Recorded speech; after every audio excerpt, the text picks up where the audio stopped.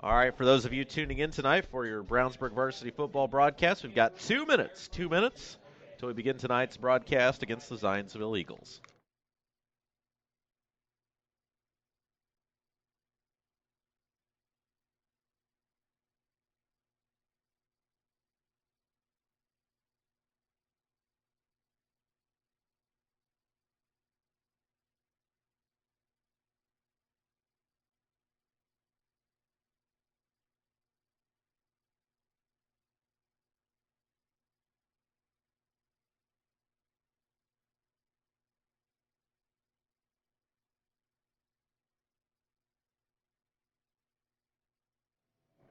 1 minute until tonight's broadcast. 1 minute.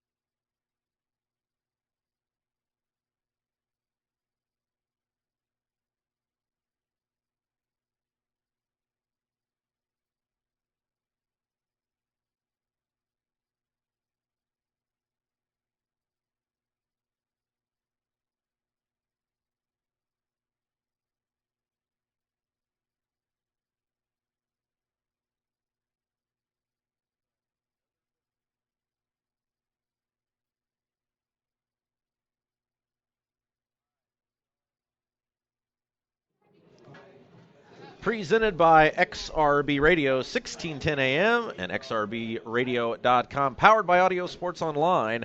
Brownsburg varsity football is on the air. Hello again, everybody. I'm Rob Kendall, along with Chris Worley, coming to you live tonight from Zionsville High School, where your Bulldogs, with a record of 3-3, will play host to the Eagles on homecoming with a record of 1-5. Brownsburg, as we said, 3-3 on the year, coming off a tough loss at home, their homecoming last week against Westfield. And at this time, we do bring in our color analyst for the evening, the great Chris Worley. Chris, how are you?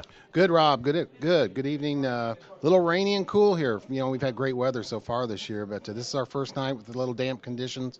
Not raining at the moment. We could see some rain showers go through here at any point. Yeah, as you said, it was raining a little bit earlier. We knew that by the mass invasion of our press box up here.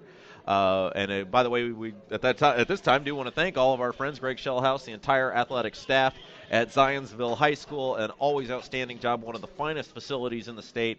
They do a wonderful job. Zionsville has been a partner with us in the past, and we certainly appreciate all of their hospitality. This is a great field, a great complex, and we love our friends at Zionsville High School. Still got 13 minutes, 40 seconds on the clock before tonight's game. Both teams have exited the field given the inclement weather that was a few moments ago.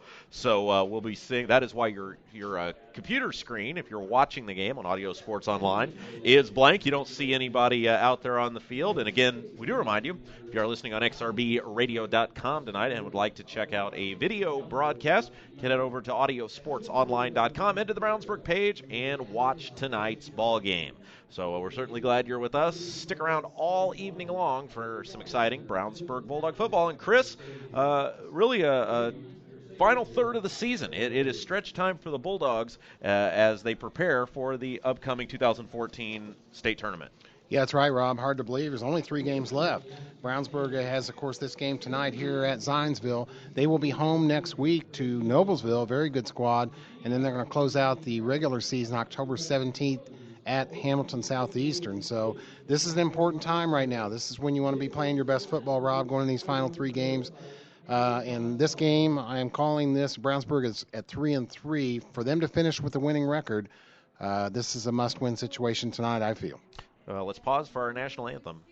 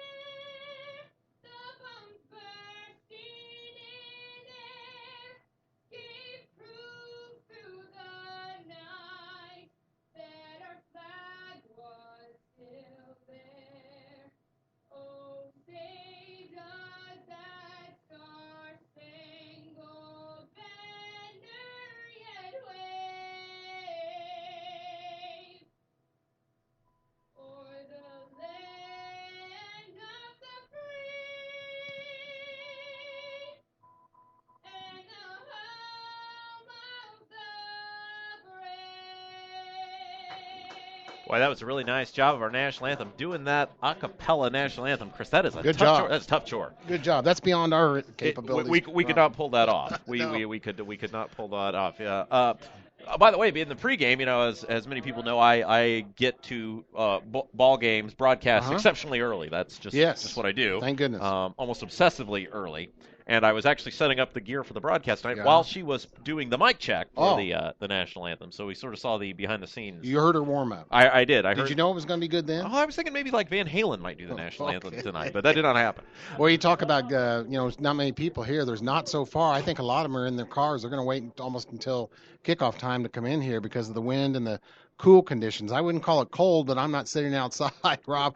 Brownsburg, of course, always expects a good road crowd, and they turn out well on the road, but they have a slim gathering now. It's not been a bad drive up here, at least tonight, and it's not far from Brownsburg, so I expect there to be more crowd. But I think they're sitting in their cars right now, Rob. They'll be in a little bit. Well, again, if you're just tuning in tonight, Rob Kendall along with Chris Worley coming to you live from Zionsville High School. Still got about 10 minutes on our clock before tonight's ball game as your Bulldogs with a record of 3-3 travel to Zionsville tonight to take on the Eagles with a record of 1-5. Want to say thanks to Shane Ray back in the XRB radio studio. Certainly appreciate Shane spinning all the dials for us tonight. And Chris, looking at the some of the background on all this, Brett Comer now 52-40, and it's hard to believe he's in his 9th year as the head coach at Brownsburg High School. Yeah, and a nice year there. He got his 50th win just a couple games ago there, so that's a milestone mark for a coach. Good job there by Coach Comer. And a new face for the Zionsville Eagles, the legendary Larry McWhorter has moved on, and a new face there. Pat, you want to take a crack at the last name? Echeverria. There you go. I was going to let you go first, and then I would make a mistake behind you. But 24-19 in his 4th year overall. So couple of teams really on the rebound. Brownsburg improved over last year, currently at 3-3, that 500 mark. And really, Chris, it's been a couple tough weeks for the Bulldogs. Losses at Fishers and then at home against Westfield last week after that big win at home against Avon. Yeah, that's true. Boy, that Avon win, thank goodness they got that. And, of course, a lot of us thought that was a bit of an upset at the time. Of course, in that rivalry game, anything can happen. But that was a huge win. And then, of course, they were at Fishers following that and lost 14-49. Of course, Fishers, one of the best teams in the conference, very high-powered offense with running back Maurice Campbell and everything. Of course, Avon got the big win last week over Fishers, or Fishers would have clearly been in first place. And then, of course, last week, homecoming, all the festivities. We had great weather, a great crowd. Not a good time to not play so well, but Bulldogs a little off. But Westfield played a good game. They were in the state championship last year, 5A. They got a lot of kids that have played in big games, and they just played better last week than Brownsburg. So after a 3-1 record, as you said, Rob, and big hopes, now things have fallen flat a little bit here with 3-3. But that's why I'm calling this a must-win. This is a good chance to win. Zionsville not having a good season under their first-year coach here. They played the Lafayette School at the beginning at McCutcheon in their first game. They did get a win over Lebanon, 18-3 here, and that was their second game at home. They went at Westfield and lost. Lost to Brebeuf Jesuit here. Of course, Brebeuf always tough. Lost to that real good Noblesville club here. And then at Hamilton Southeastern, they lost. Southeastern's been struggling too, so they come into this game 1-5 facing Brownsburg. And I'm sure their staff looks at this game and they probably say, well, here's a game we can win. So both squads going to be really up for this game, I would imagine. And Zionsville's going to need to get this win. I guess you could say it's a must-win for them too, Rob, because they're next week. They're at Avon, which is a very tough challenge for them, and then they're home to that good Fishers team here to close out their season. So both teams really pointing to this game here tonight. Well, Chris, we could not do these broadcasts, or XRB Radio could not do the broadcast without the help of our sponsors. And I know we've said it time and again, advertising on these games is not just great community service, but it also works. And you got a great story about one of our sponsors. Their advertising really paying off. Yeah, we'll just hit that now. Panuni's Pizza and Wings. Of course, they've been a good sponsor of Brownsburg Sports here for a couple of years, but I've been involved with the volleyball team here a little bit in the last few weeks. Brownsburg volleyball really doing a good job, having a great year right now. They're 16-5, but we were going to give them a shout out on the game last Friday, the homecoming game at Westfield, and some of the team was listening, some of the mothers, and one of the mothers, it was her responsibility this week to feed the team before they went to a road trip at Ritter. Guess who she called? She says, I heard those Panuni's ad. I want to try it. ordered 17 pizzas from our friends at Panuni's. They delivered on time, and it was great, and all the girls loved it. So good job by Panuni's Pizza and Wings there. West Main and Brownsburg, and they teamed up to help out the Brownsburg volleyball team a little bit, thanks to our involvement with them and thanks to their sponsor of these broadcasts here at football. Well, we're super glad to have them on board as a sponsor. Speaking of which, Chris, you want to read us a sponsor or two as we prepare for tonight's broadcast? Yeah, you are listening to Brownsburg Varsity Football on xrbradio.com and XRB Radio 1610 AM. Tonight's broadcast is brought to you by McDonald's, Nelson Jewelers, Northfield Self-Storage, Panuni's, Pete Fay, your State Farm agent, the Payroll Department, Westside Plumbing, Ivy Tech, and Hendricks Regional Health. Of course, you can stop in any Brownsburg or Avon McDonald's and try one of their $2 tasty specials, the jalapeno burger or triple cheeseburger. McDonald's is a proud supporter of Avon and Brownsburg athletics and is proud to host the McDonald's Hendricks County Sports Show, taped Wednesday nights on location and aired Friday nights before football on xrbradio.com and XRB 1610 AM. McDonald's has 2 locations, in Brownsburg and Avon. In Brownsburg, they are located at the corner of Main and Odell next to Marsh and just off Green Street next to Interstate 74. In Avon, you can find them at the corner of 267 and 36 next to Kroger on Rockville Road next to Meyer. So stop in either Brownsburg or Avon McDonald's for their $2 tasty specials, the jalapeno burger or triple cheeseburger today. And as we did mention, good old Panuni's Pizza and Wings in Brownsburg has something for everybody. Pizza with more toppings than you can count, including specialty pizzas, 5 different kinds of calzones, breadsticks, and cheese bread with 2 kinds of dipping sauce, all made in-house with Panuni's own hand-tossed dough. And don't forget Panuni's jumbo wings with 12 kinds of sauce. Mention the XRB and get 10% off of your order. They're open Sunday through Thursday, 11 a.m. to 9 p.m. Friday and Saturday open until 11 p.m. Dine in, carry out, or free delivery. Call 286-3500 Panuni's Pizza and Wings at 1447 East Main in Brownsburg. So here is my challenge for our listening audience for tomorrow. Lay it on. We don't do challenges a lot, Chris. So if we're telling you to do this, you should really pay big attention. I like this. You got the Pumpkin Smash Bash tomorrow downtown, 11 to 4, Town Hall. Yeah. Great time for the family. I'll be there emceeing the early part of that. So come on out to that. Then we want you to go get lunch at McDonald's. Okay. You can get one of those tasty treats. Yeah. You can go there. $2 specials. Lots of stuff going on. So you do that. Then you can maybe go watch some football. I got you. I think Notre Dame plays tomorrow at some point. I should probably figure that out. Notre Dame, Stanford. Right. I have to go to a wedding. Okay. But you watch the football game. Yep. And then you can go to Panuni's for dinner. You got it. See, that is your evening tomorrow. The Brownsburg sponsor football triple threat there. This is how you do it. And I love it. Hey, see, and in all seriousness, patronize the sponsors. The sponsor of these broadcasts. They're great community partners. They care a lot about these kids, and let them know that you support being able to watch these ball games. Do want to say hi to Brian and Laura Petrates and the newest addition to their family, Neil, watching the ball game tonight. Hi to them. Brian and Laura, great friends, and they just welcomed their first child into their family. And Terrific. Brian, a former Brownsburg Bulldog football player himself, a wrestler as well, a great athlete, and so we're glad that they are tuned in tonight. We still got about 2:40 up on our clock. Imagine they'll probably put some more time on as well, and then we will be just about ready to go for tonight's broadcast on audiosportsonline.com and, of course, xrbradio.com as well. Yeah, I don't think there's any threat of lightning here, Rob, so I think we should start on time. Definitely rain showers moving through, like we said. Little it may clear up later. Going to be cold overnight, down to the 30s, but we may hit 45 or so by the end of this game, probably in the low 50s right now. But officials, coaching staffs making their way on out. Teams will be out for too long for this big game. Just to look at the standings in this league, if I can find them for you, Rob. I got them right here. Don't worry. Chris shuffling through his massive stack of papers there. Hoosier Crossroads Conference coming into this game. Fisher's, it's a big 4-way tie, Rob. Fisher's at 4-2, Westfield 4-2, Avon 4-2, Noblesville 4-2, then Brownsburg at 3-3, Hamilton Southeastern at 2-4, and Zionsville at 1-5. Other games tonight: Avon at Westfield, Hamilton Southeastern at Noblesville, and Indianapolis Tech is at Fisher's. Yeah, our good friend Brian Scott will have the call of that one.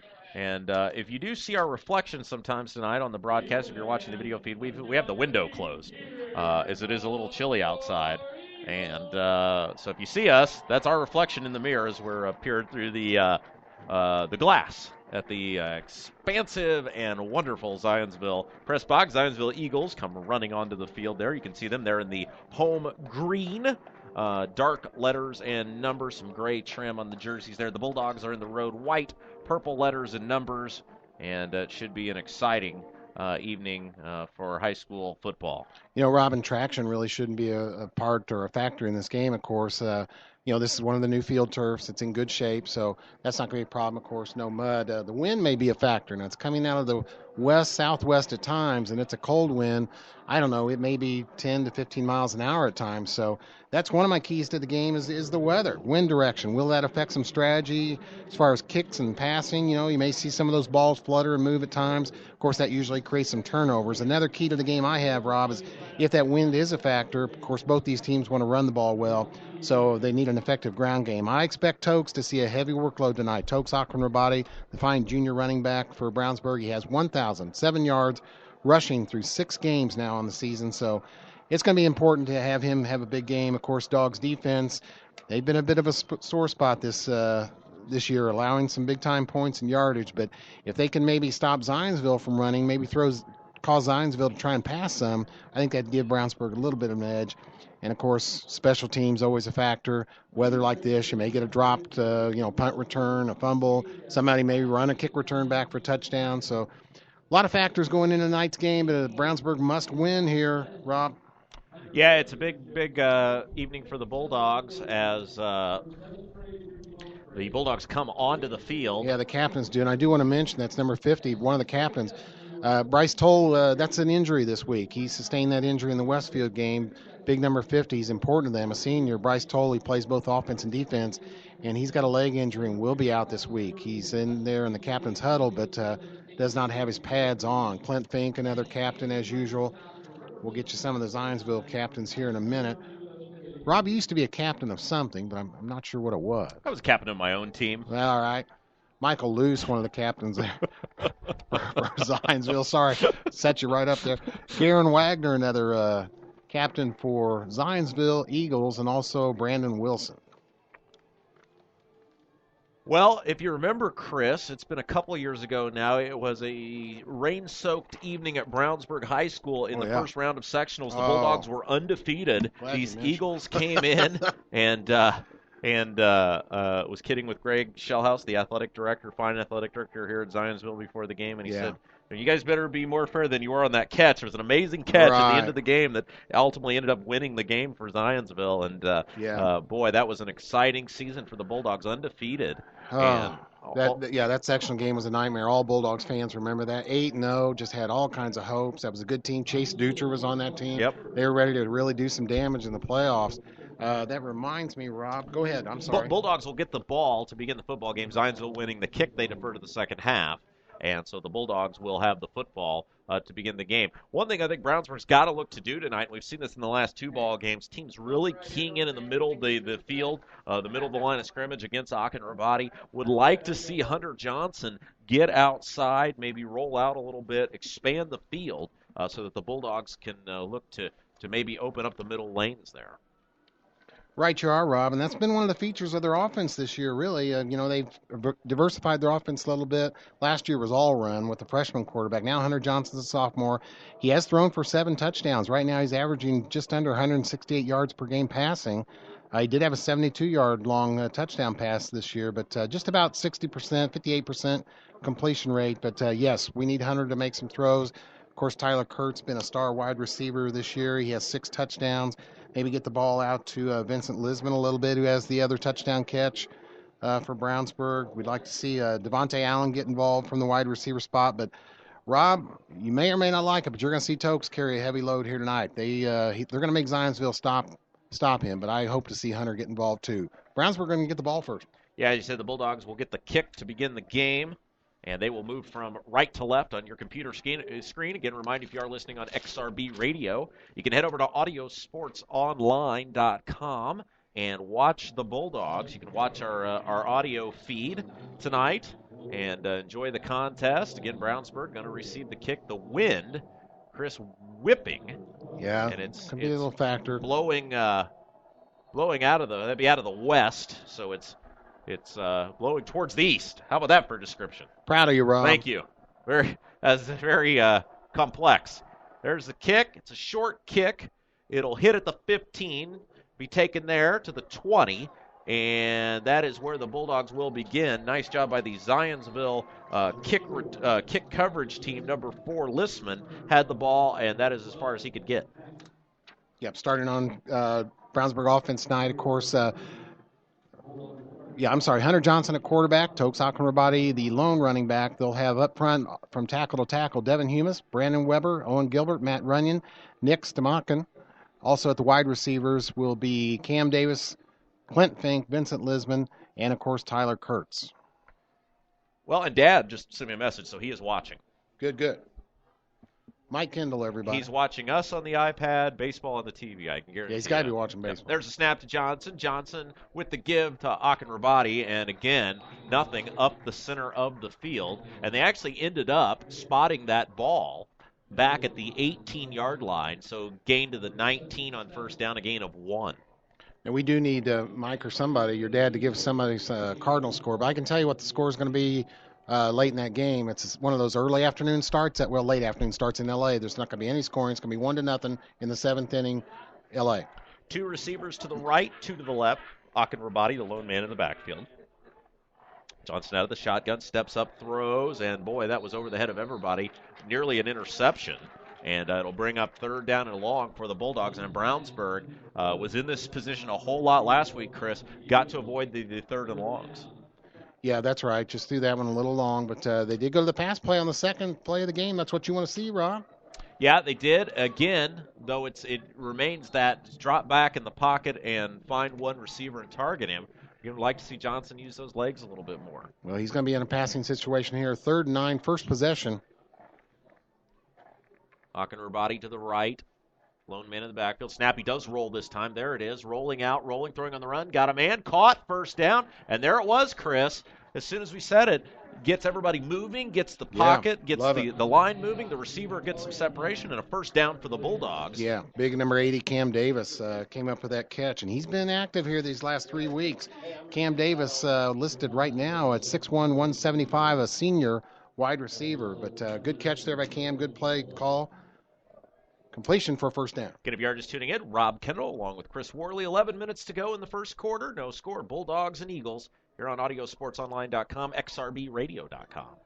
Snap, there's the give. Leans ahead. Gain of about 2 yards on first down. And it'll bring up 2nd and long for the Brownsburg Bulldogs.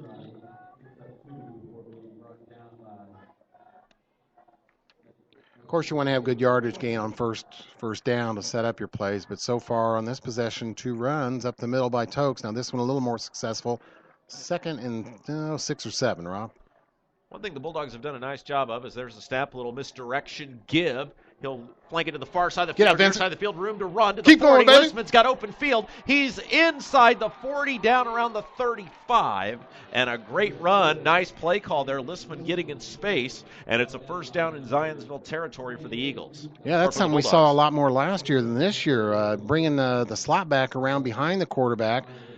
You fake to Tokes up the middle, and then you give it to that guy coming around. That was Vincent Lisman, and he is one of the yardage leaders on offense for Brownsburg. And he took off around that left end and showed some speed there, got up along the sideline, but Zionsville defender able to run him down. We are calling it down the middle. We are calling it right down the middle. Our good friend Greg Shellhouse, the fine athletic director here at Zionsville High School, who did warn me he would keep an eye on us before the end. It's an interception for the Zionsville Eagles. So after the big Brownsburg play, Zionsville takes it right back. And Chris, did you get a number on the interception? Number 10, Drew Lichty? Yeah, Lichty. We had to ask on the pronunciation before the game, so I'm glad we did that. Interception for the Eagles, and they will take over 1st and 10 from the 27-yard line. Nice job there by Zionsville's defense to respond after the Brownsburg run. Well, I'm not sure what happened to Hunter Johnson on that. Good drop back, but he threw that in the area with not many Brownsburg receivers at all around him. Threw it way short. Lichty, they able to come up with the interception. Now, Mr. Lichty will play quarterback for them some, but we got another starter tonight, Rob. Bertram, back to pass, quick drop, steps up, throws, got a man caught on the near side of the field at the 30, and it'll be a short gain on first down for the Eagles. They'll put him down at the 31. Bertram, the quick two-step drop and pass completion. It's a game of momentum, Chris. Of course, Brownsburg with the big play, and then Zionsville responds. Yeah, unfortunately, we've seen Hunter throw some interceptions these last 2 or 3 games. Didn't start out that way, turning the ball over this year, but he's taking a little more chances now, and that's an interception.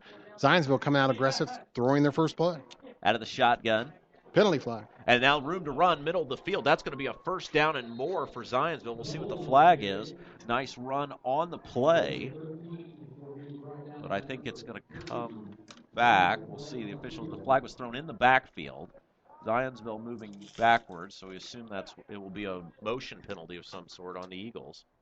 Starting on Brownsburg defense, up front, tackle to tackle, Isaac McCormick, Jake Trout, and Anthon Ciccarelli getting the start at nose tackle. And linebackers are Seth Bronger, Josh Pierce, Storm Garnett, Sam Hoffma. The safeties and defensive backs, Jameer Conway, Mike McCoy, Noah Devney, and Brad Geilinger. So Bertram out of the shotgun, single back formation. 2 receivers to the left, man goes in motion, 2 to the right. Snap, there's the give, and the Brownsburg was all over that one.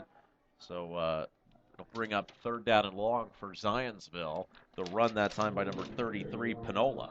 Yeah, big Jake Trout got in there, 6'5", 210-pound defensive lineman. A nice play from his right tackle position. Jake Trout, the stop for Brownsburg. They'll bring up third and long for the Eagles. They need to get to the 37-yard line. And they'll go with a 3-receiver set wide to the left, single man in the backfield, and Bertram working out of the shotgun. Snap, back to pass, steps up, has time, throws, and incomplete over the intended receiver on the far side of the field. That was number 6, John Ramsey Jr. Yeah, the offensive line gave him all kinds of time to pass there. Just missed his target, a 3-and-out for Zionsville. They're going to have to punt. 8:32 left to play in the first quarter. Still no score. Brownsburg and Avon here on AudioSportsOnline.com, XRBRadio.com. In a windy and somewhat rainy night from Zionsville High School. And it is homecoming for the Eagles.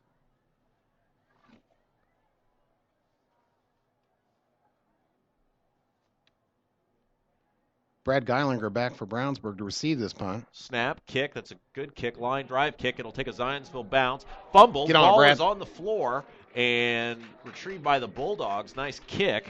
And it took a Zionsville bounce. He tried to play it off the bounce. Couldn't do it successfully. And the Bulldogs will take over at the 32-yard line. This wind's going to play a big part in the ballgame, Chris. Yep. Yeah, it sure is. So, it's really out of that southwest almost. So, the wind a little bit at Brownsburg's back here in the first quarter. Out of the shotgun is Johnson. Snap, fakes the misdirection, gives to Rabati, and Zionsville all over it. And swallowed up for no gain or a gain of maybe a yard on first down.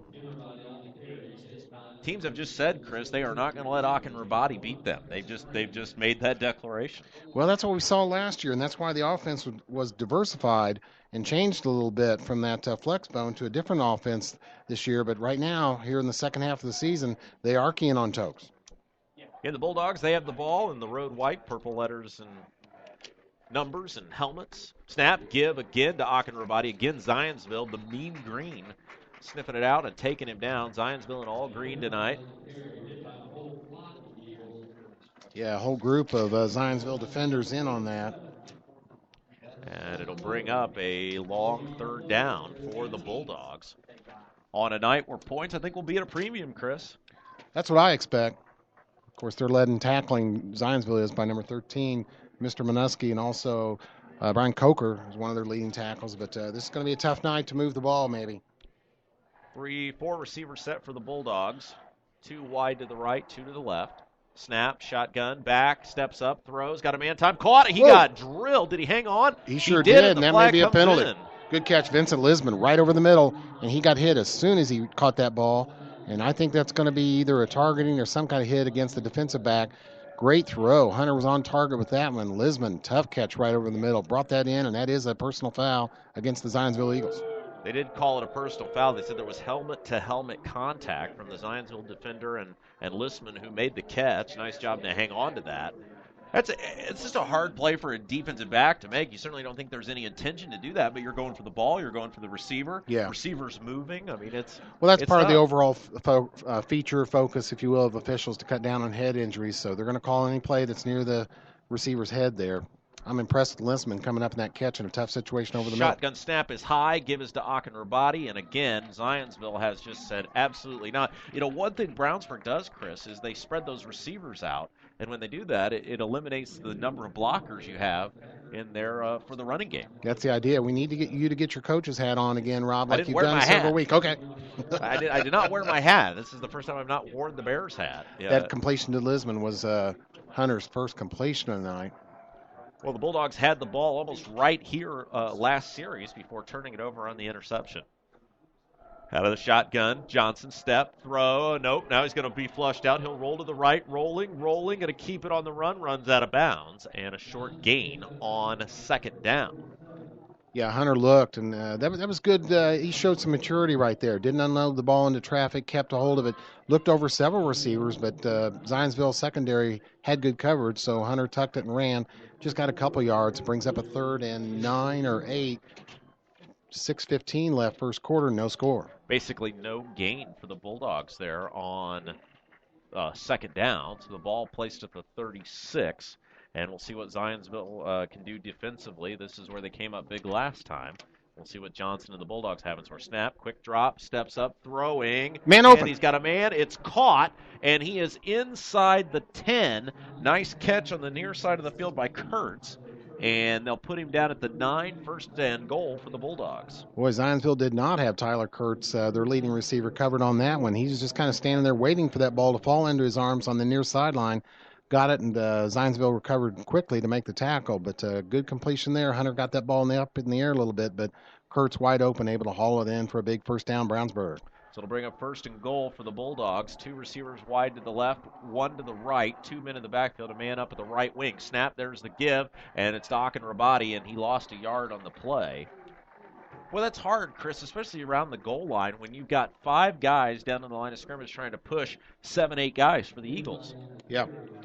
Good tackle there, my number 43, Riley Nelson of Zionsville. Rain shower coming in. That flag is blowing west. That rain's coming in. Looks like from the north, though. But it's just a light mist right now, but it's definitely wet down there. Very unusual wind pattern that we've seen. We've seen it switch a few times, and that could obviously play havoc throughout the course of the game. Snap is high. Johnson Fields steps up, throws. Oh, nearly intercepted again. Boy, almost another interception. It's a little hard to read those Zionsville numbers from the It is in the green, yeah. Yeah, it's 27, I think, for the Eagles with the nice play there. That was Blake Coker. And so nearly another interception for the Eagles. Yeah, Brownsburg receivers tried to run a cross pattern between, one guy crosses over in front of the other, and then one guy goes to the end zone. Hunter a little short on that. Maybe somebody came out of that cut not to where he was expecting them, but missed that. Almost an interception by Zionsville. 3rd down. Snap, quick drop. Johnson flushed out, throws, got a man, caught. That's Akinrabadi, and Slip. He slips and falls at the 10-yard line. And that play was slow to develop, and then by the time he had some space, Zionsville able to close, and it'll bring up the field goal unit. Jose Hacker will come on, and it'll be about, based on where he's lining up, about a 27-yard field goal for Hacker. Rob Hacker is 4 out of 4 on field goals this season. He's a new kicker this year, but he's done a great job. That was a good play. Zionsville had a blitz on, and they read it and ran a screen pass to Tokes, but he slipped on this wet turf, couldn't get ground. Snap, spot, kick is up, and the kick is good. He's 5 out of 5. Yeah, Hacker nails that one. So with 4:50 to play in the first quarter, Brownsburg scores first. We'll take a quick break. Be right back. You're listening to Brownsburg Varsity Football on XRBRadio.com. Did you know Nelson Jewelers in Brownsburg has been serving Hendricks County and the west side of Indianapolis with an extensive selection of finer diamonds and gemstones since 1958? Nelson Jewelers is a family-owned jewelry store specializing in unique jewelry repair, appraisals, and watch repair. Nelson Jewelers is conveniently located in downtown Brownsburg across from the Hendricks County Bank. Visit Nelson Jewelers for all of your jewelry needs at 22 East Main Street and online at nelsonjewelers.com. A little out of the way, very much out of the ordinary. Dad sent a text 13 minutes ago. It's 1-0 Cardinals in the top of the second. Oh, I thought it'd be the other way. Dodgers 1-0 until the 8th inning. That's striking first. Appreciate that, Mr. Kendall. Yeah, he's on it. Well, that scoring drive, 10 plays, 3 out of 4 passing on that for Hunter Johnson. Of course, one of those was almost picked off, but results in the field goal, and we just couldn't be more impressed with the field goal kicker. 5 out of 5 now. Jose Hacker will kick this ball off. There's the kick. It's a short kick. It will be taken at the 35. And fair caught there.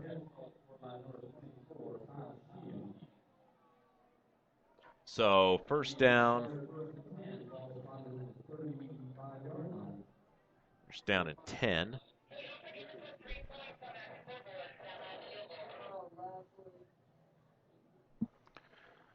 Yeah, Zionsville going to take over, and those rain showers have stopped for right now. But the field is slick. That surprised me that Tokes did not get a good ground gain on that screen pass, but he slipped on the wet turf. Zionsville looking to throw. Snap, quick drop, throws, got him in caught, far side of the field, and it is a nice gain.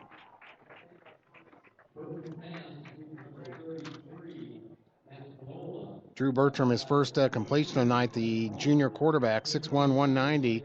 Got a man out in the flat on the left side there for 8 or 9 yard gain. His first completion of the night. Second down.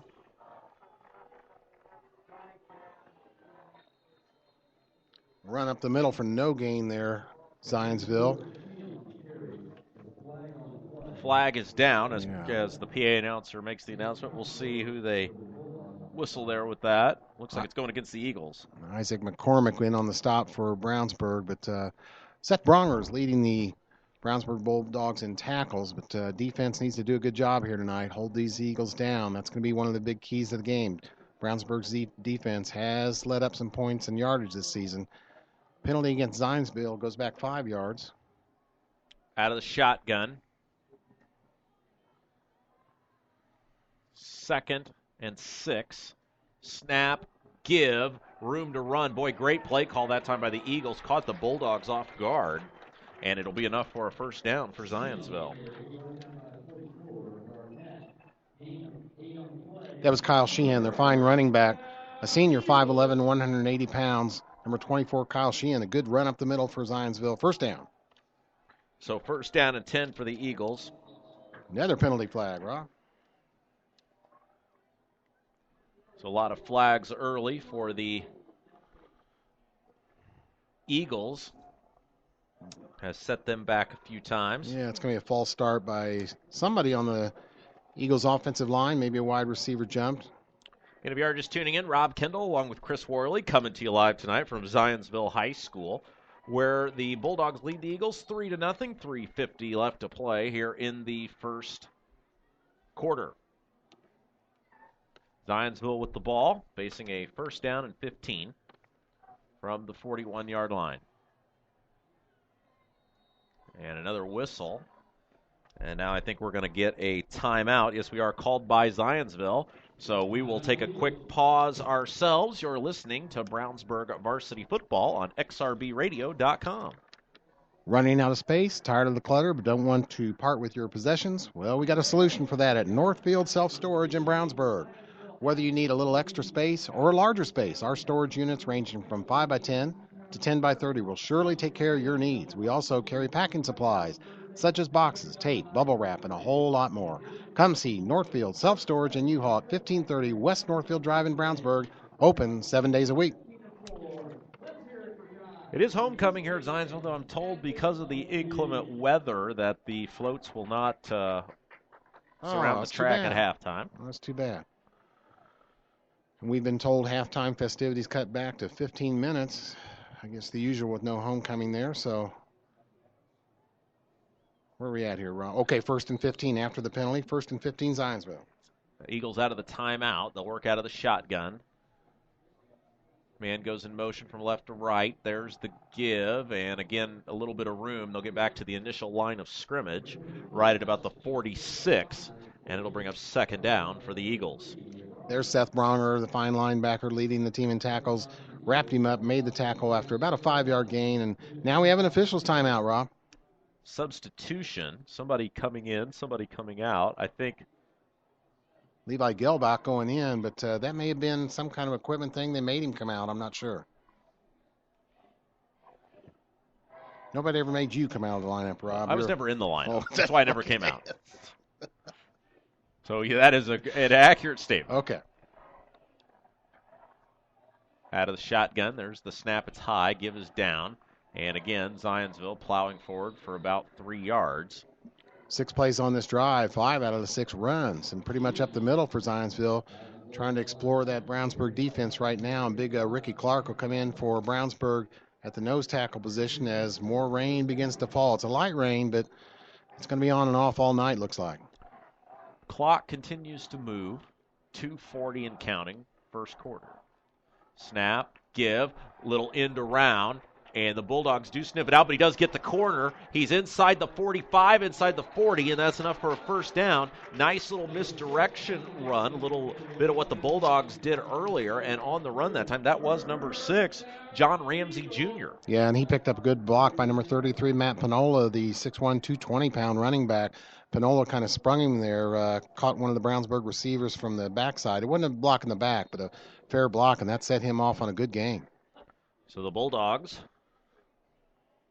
will give up the first down. They had it sniffed out, too, Chris, at the line of scrimmage, and then he was able to take it down. Back to pass, flushed out of the pocket, room to run, hit, spins forward, host of Bulldogs take him down. It's a gain of about 6 on the play, and it'll bring up a 2nd and 4. Nice job by the quarterback that time, Bertram, to get out of the pocket. Yeah, they're not going to pass much. You know, we saw that in their stats here. And so far on this drive, 8 plays, 7 of them runs. Isaac McCormick and Noah Devney teamed up for the Brownsburg stop. Out of the shotgun, split back set, 2 receivers wide to the left, 1 in tight right. They're one of these teams that are going to look over to the sidelines to get a check call or a change in their offensive play. Shortening the football game. Out of the shotgun.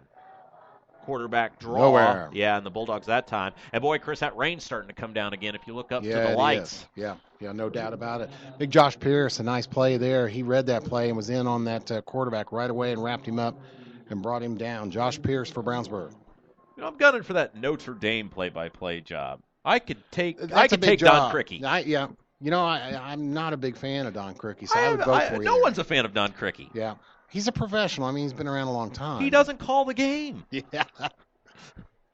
There are minutes of dead air. 3rd down now for the Eagles. 3 receivers set. Wide to the left. Now man goes in motion from left to right. Comes in tight as a blocker. Play action. Steps up. Throws. Got a man off his fingertips. That would have been enough for a first down. Flag comes in late. Let's see what the call is. Well, I heard flag, but I don't see one. That was a good-looking pass. That could have been caught.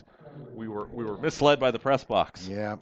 Boy, you know, these dark uniforms and dark numbers, it's hard to get that. That's number 33, Panola, ran down there over just off the right side, off tackle. Straight ahead run for that reception. Went off his hands. 4th down, Zionsville going to go here, Rob. Yeah, they're going to go for it. They need 8 yards, and now the Eagles will spin. They can spin another timeout. The officials blow the whistle. It's 4th and 8. The ball's at the 36. They need to get to the 28. Yeah, officials are going to huddle. I think this is an official timeout. He hasn't signaled it one way or the other.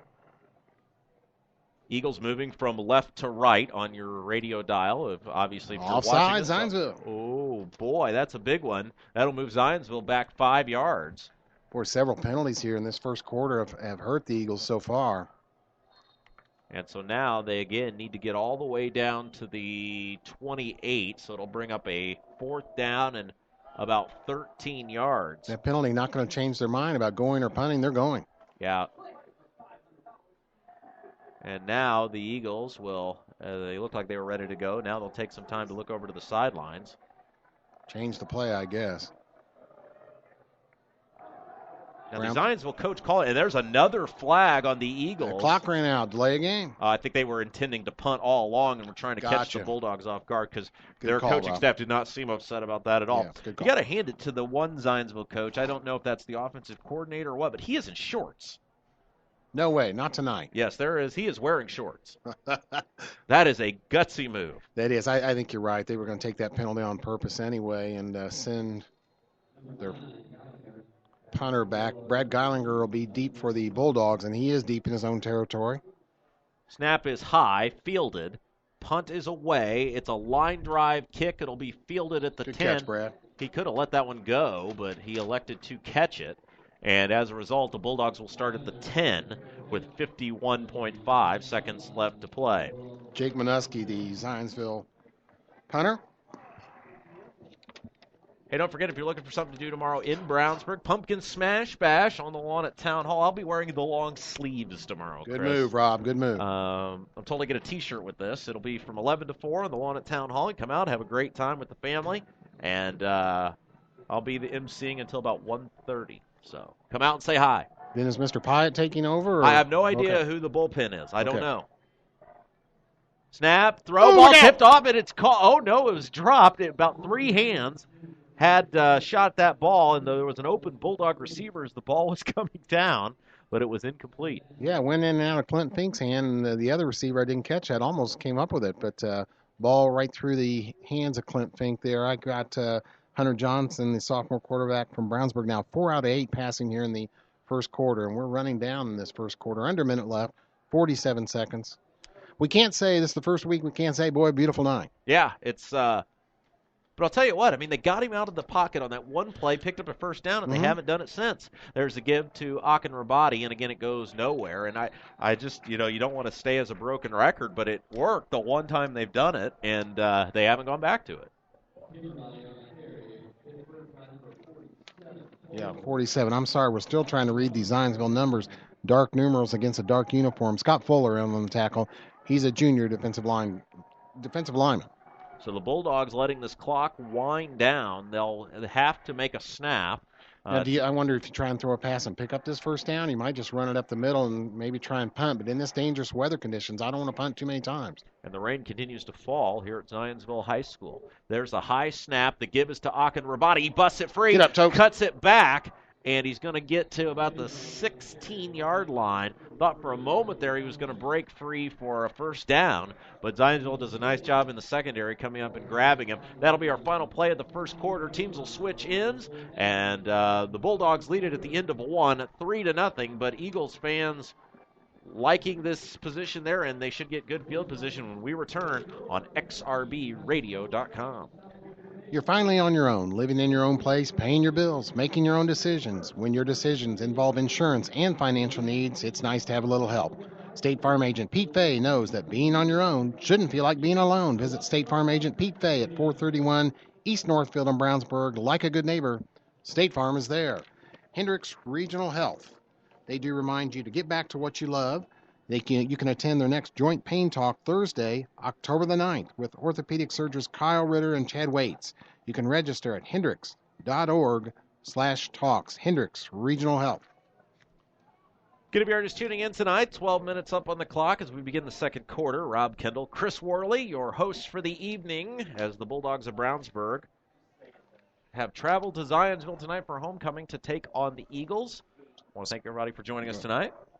Sorry, Rob. Speaking of Zionsville versus Brownsburg, the Zionsville, these two schools met in volleyball last night. The Brownsburg girls got them another win. I think they're 16-5 or 17-5 now in the season. They defeated Zionsville 3-1 on senior night. Brownsburg seniors Kayla Knox and Jessica Van Loo. Senior night at volleyball, it was good to see them get a win. Those volley dogs are tough. You're becoming quite the volleyball aficionado, I understand. I love it. Bulldogs will punt it away. Michael Clayer, the punter for Brownsburg, averaging just under 40 yards a kick this year. rugby-style kick there. It is away. It'll take a Bulldog bounce near midfield, and it'll be downed in Brownsburg territory at about the 49-yard line. And, Chris, boy, that wind is whipping. Yeah, it's picked up now. That's right. Flag. Maybe that rugby-style kick, get it out there a few yards, and you get that end over end bouncing, and hope that turf will carry a bounce for a little bit.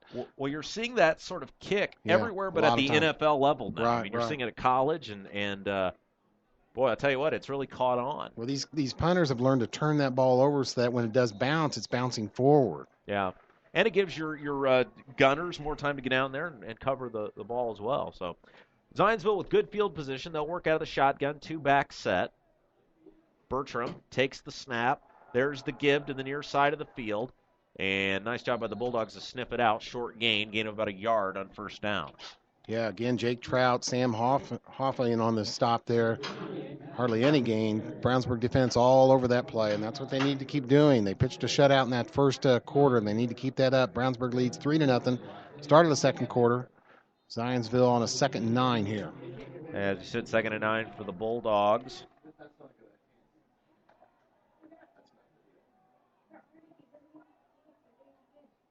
Out of the shotgun, there's the snap. Tries to bounce it to the far side of the field again. Brownsburg, nice job coming in, wrapping him up. Seth Bronger really up there on that tackle. Brownsburg's leading tackle, and we've got an injury for Brownsburg. Somebody down, and it doesn't look good. Yeah, as you said, someone in the secondary for the Bulldogs. That's a little unusual to see an injury back there. It looks like a linebacker, maybe 44. Does that look right? Yeah. And that appears to be 44. Yes, Storm Garnett. Yep, Storm Garnett. So as he is down, they've taken the helmet off. Some kind of leg injury, it looks like, and not looking good. Brownsburg medical staff and trainers always out there. Chris Kaufman and his crew do a good job, and they're going to come right out there and boy, that wind just really picked up, Rob. Hey, just a reminder, Brownsburg's got something kind of cool going on. Our great friend Vanessa, Vanessa, Isa Kaises. Right. Yeah, we always just call her Vanessa, right. the HR just director for the town. Yeah, she's great. Anyway, the 3rd annual Health and Wellness Fair put on by the town and Brownsburg Parks and Roland Retirement Center will have over 40 vendors on October 7th from 11 a.m. to 7 p.m., as well as the farmers market, 7 vendors. They'll be able to get flu shots for $25, and I believe that is going to be where it was last year in the Fire Territory building. Good. Brownsburg Fire headquarters on Northfield Drive, right? Yeah, just beside Bob Estes dealership there. Great community event. So you can learn more about that. I'm sure they've got that up on the website at brownsburg.org. So great community event. Yeah, Storm being helped off. He is walking, but he's with the aid of the training staff. Storm Garnett, just a sophomore, and he's earned himself a spotting position here in this Brownsburg defense. Has really done a good job. He is at 6 foot, 185 pounds. We're going to see a lot more of him. Like we said, he's just a sophomore, but he may not be back tonight. We'll have to keep an eye on that. It appears the benches have cleared in the Cardinals-Dodgers game. Puig was hit by a pitch. Oh, so that stupid Puig. I'm sorry. I don't like that guy. We'll see what happens out of that. We're back to action. Again, the Garnett able to get off the field, so we hope he's all right. There's a 3rd down pass to the near side of the field, a gain of about 2 yards. So it's going to bring up a 4th and 5. And, boy, if it feels like deja vu, it seems like we've been here on this one before, Chris. Yeah, Michael McCoy made a good stop for Brownsburg to prevent more yardage on that. About a 4th and 5. That near side pass worked for Zionsville. That is only their 2nd completion. That was just kind of a short bubble screen there. Bulldogs D has really done a nice job of stepping up here tonight. Need to keep it up if they're going to win this game. Out of the shotgun, back to pass, steps up, throws, and it is caught and dropped. Nice job by the Bulldogs secondary that time getting in on the play, and Brownsburg will take over on downs. Victor Lima, he's not seen much playing time this year. Number 6 was a defensive back on that, and he had that pass broken up. If it was complete, it may have been out of bounds anyway, Rob. Yeah, good job by the Bulldogs forcing them to the out-of-bounds marker. And just like you said, Chris, even if that pass is completed, it may have been out of bounds. So Brownsburg are going to take over on downs. 10:16 left to play. First half. If you are just tuning in tonight, we welcome you to Zionsville High School, where the Bulldogs lead the Eagles 3-0. Rob Kendall, Chris Worley calling the game for you tonight. So thanks for joining us, wherever you're tuned in from. Hopefully you're inside and warm. That's right. Snap.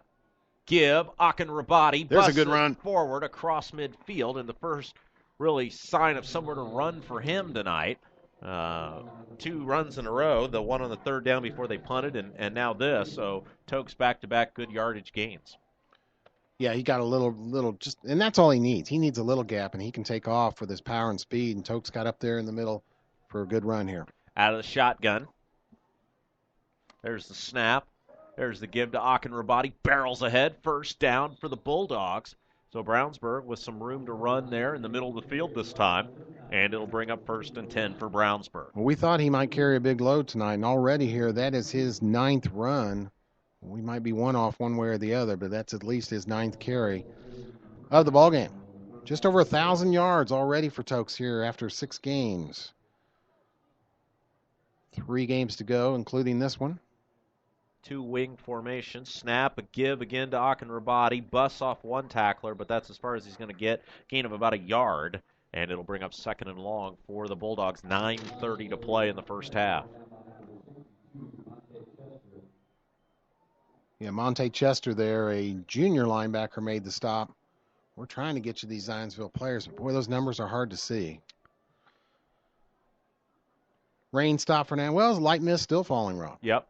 Good lighting system here at Zionsville. We're okay on being able to see and everything. Good lighting system here at Zionsville. Yeah, definitely a first-class facility here at Zionsville High School, as all their facilities Here's a new are. play, Rob. Yeah, a little end around that time, and that was with the run for the Bulldogs.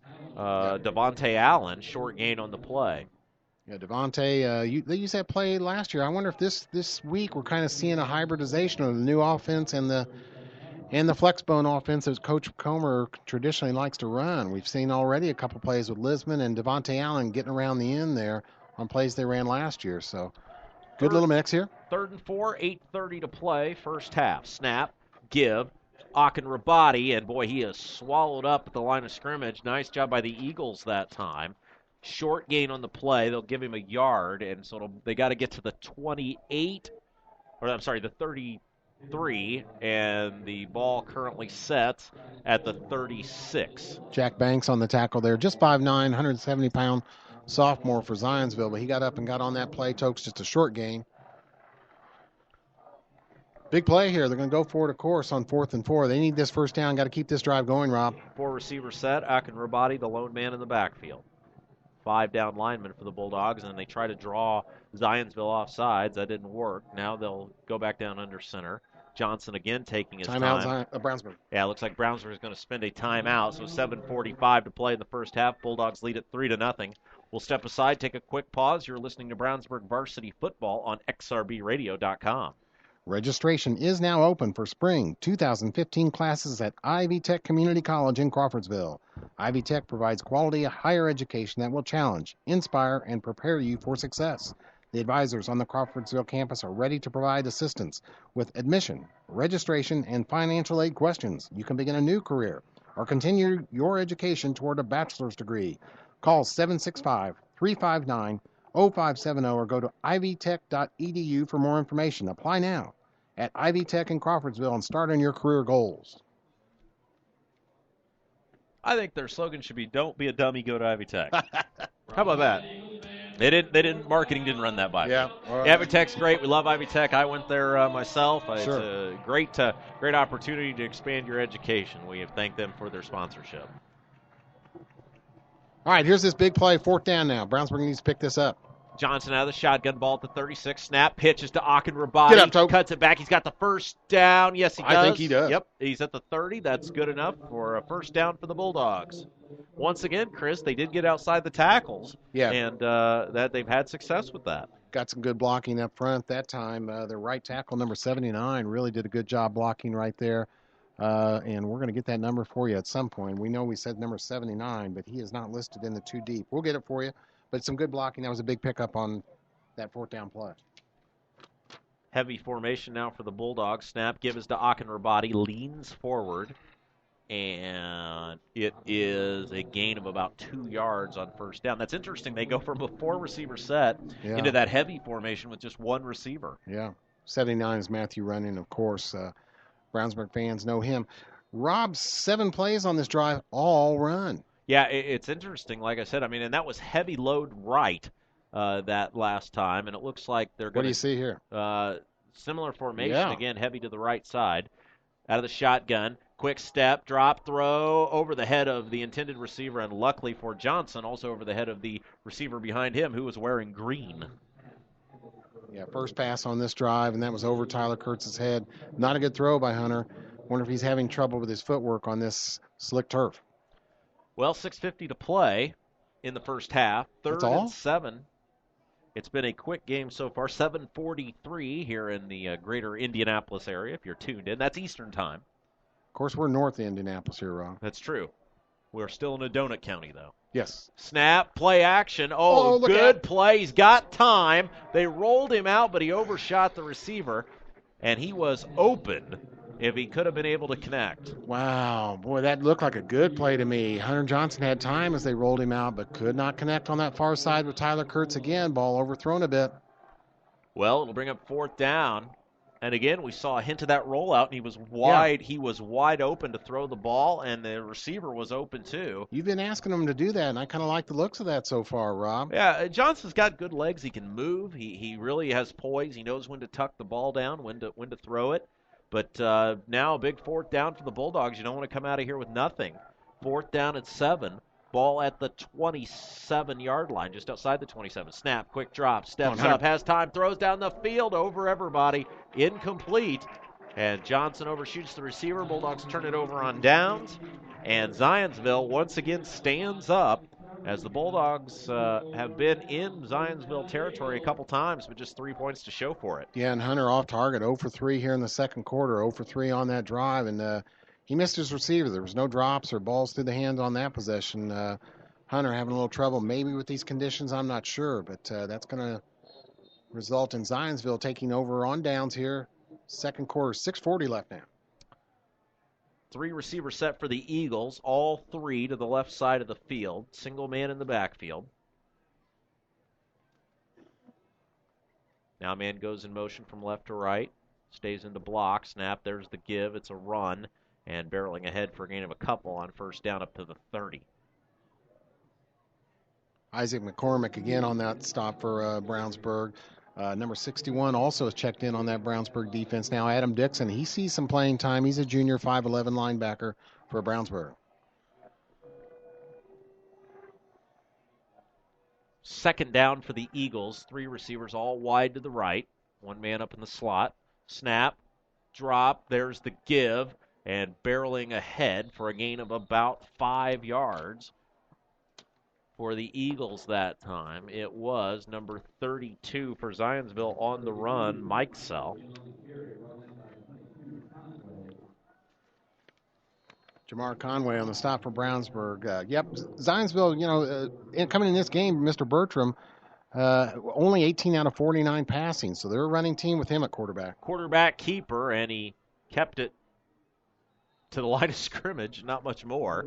So that it almost looked like a misdirection play, or that the quarterback went in the wrong direction, because everybody went left and he went right. Rob, you've been accused of that before, going in the wrong direction. Well, that's a scene from my favorite movie, my favorite scene, Planes, Trains, and Automobiles. Right, Isaac McCormick in there and Sam Hoffman, another tackle. Those two have teamed up several times on the Brownsburg defense.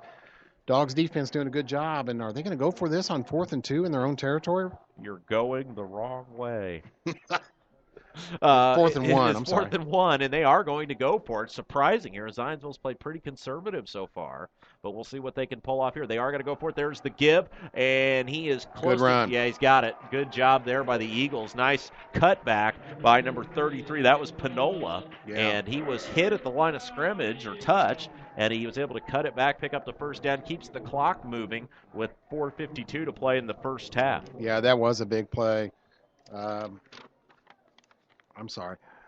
Good old, Matt Panola there. That was strength, power. He powered over the Brownsburg defense, picked up a very crucial first down. Out of the shotgun, 2 men in the backfield, split back set.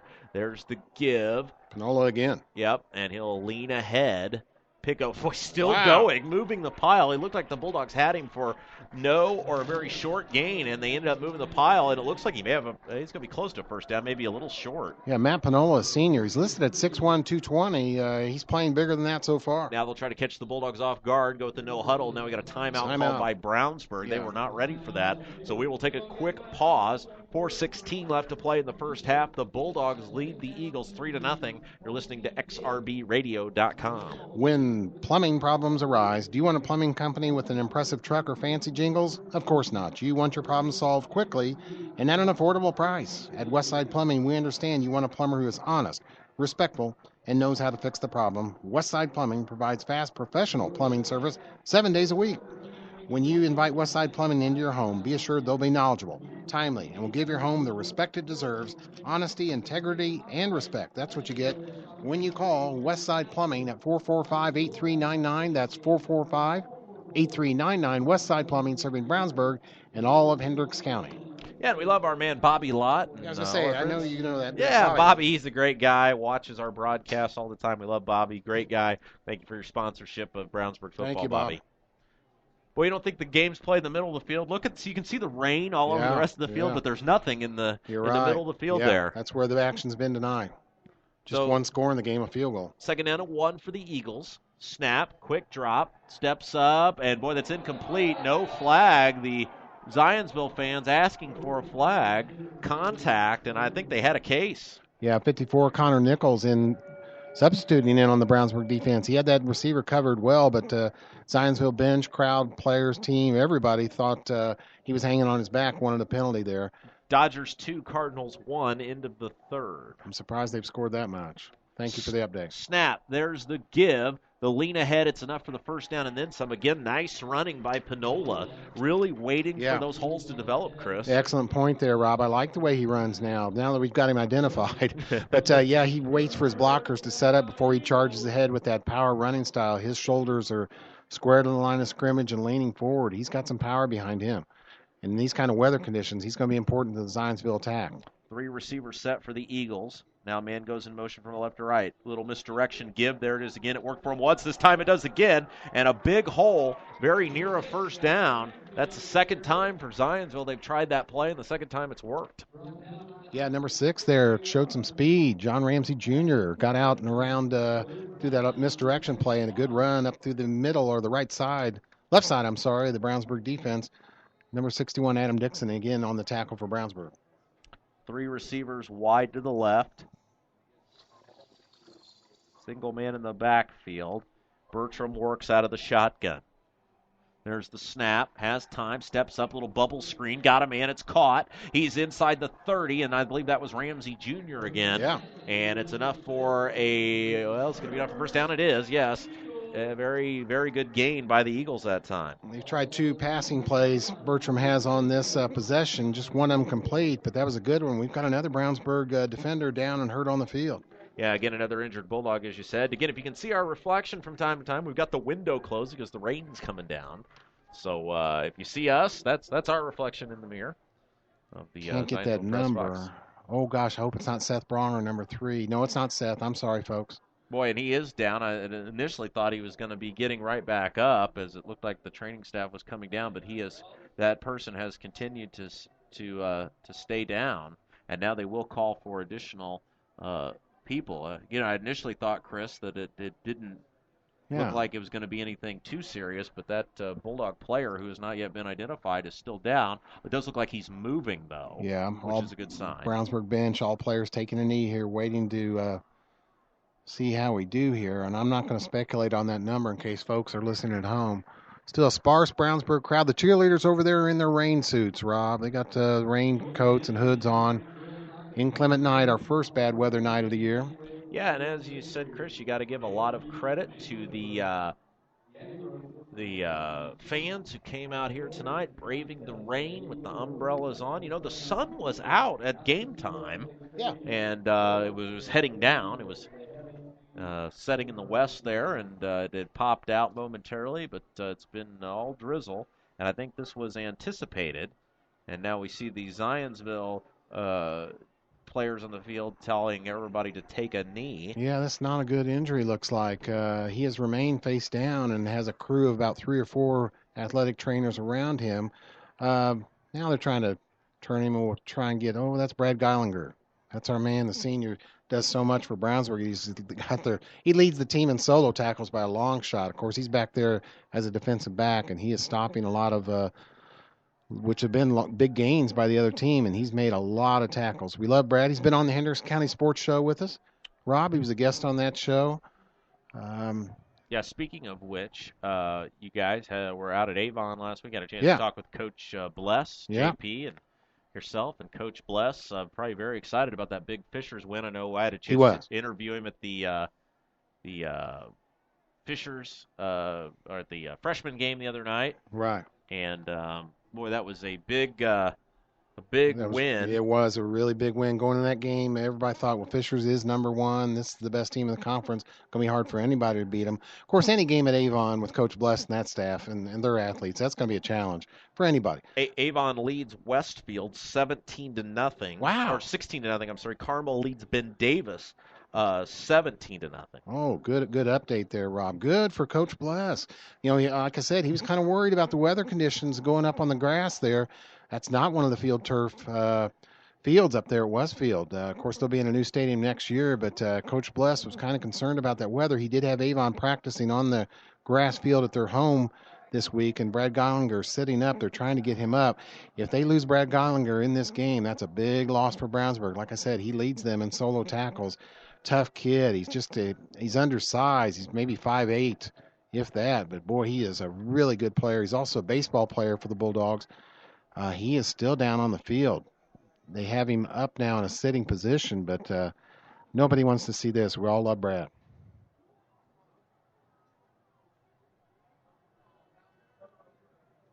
We had Avon's fine running back Derek Tennant on that show. Interviewed with him. Of course, he's a guy that's dealt with injuries himself this year. Hadn't been all the star running back he usually is, but still a dangerous running back. Derek Tennant, a fine young man. Brad's up now on his feet, and they're going to try and get him off the field here. All the Brownsburg players quite concerned. He's a big-time leader on this team, and they want Brad to get off this field and get well. And the good news is, as you said, Chris, he is up, and he appears to be walking off. He Very slowly.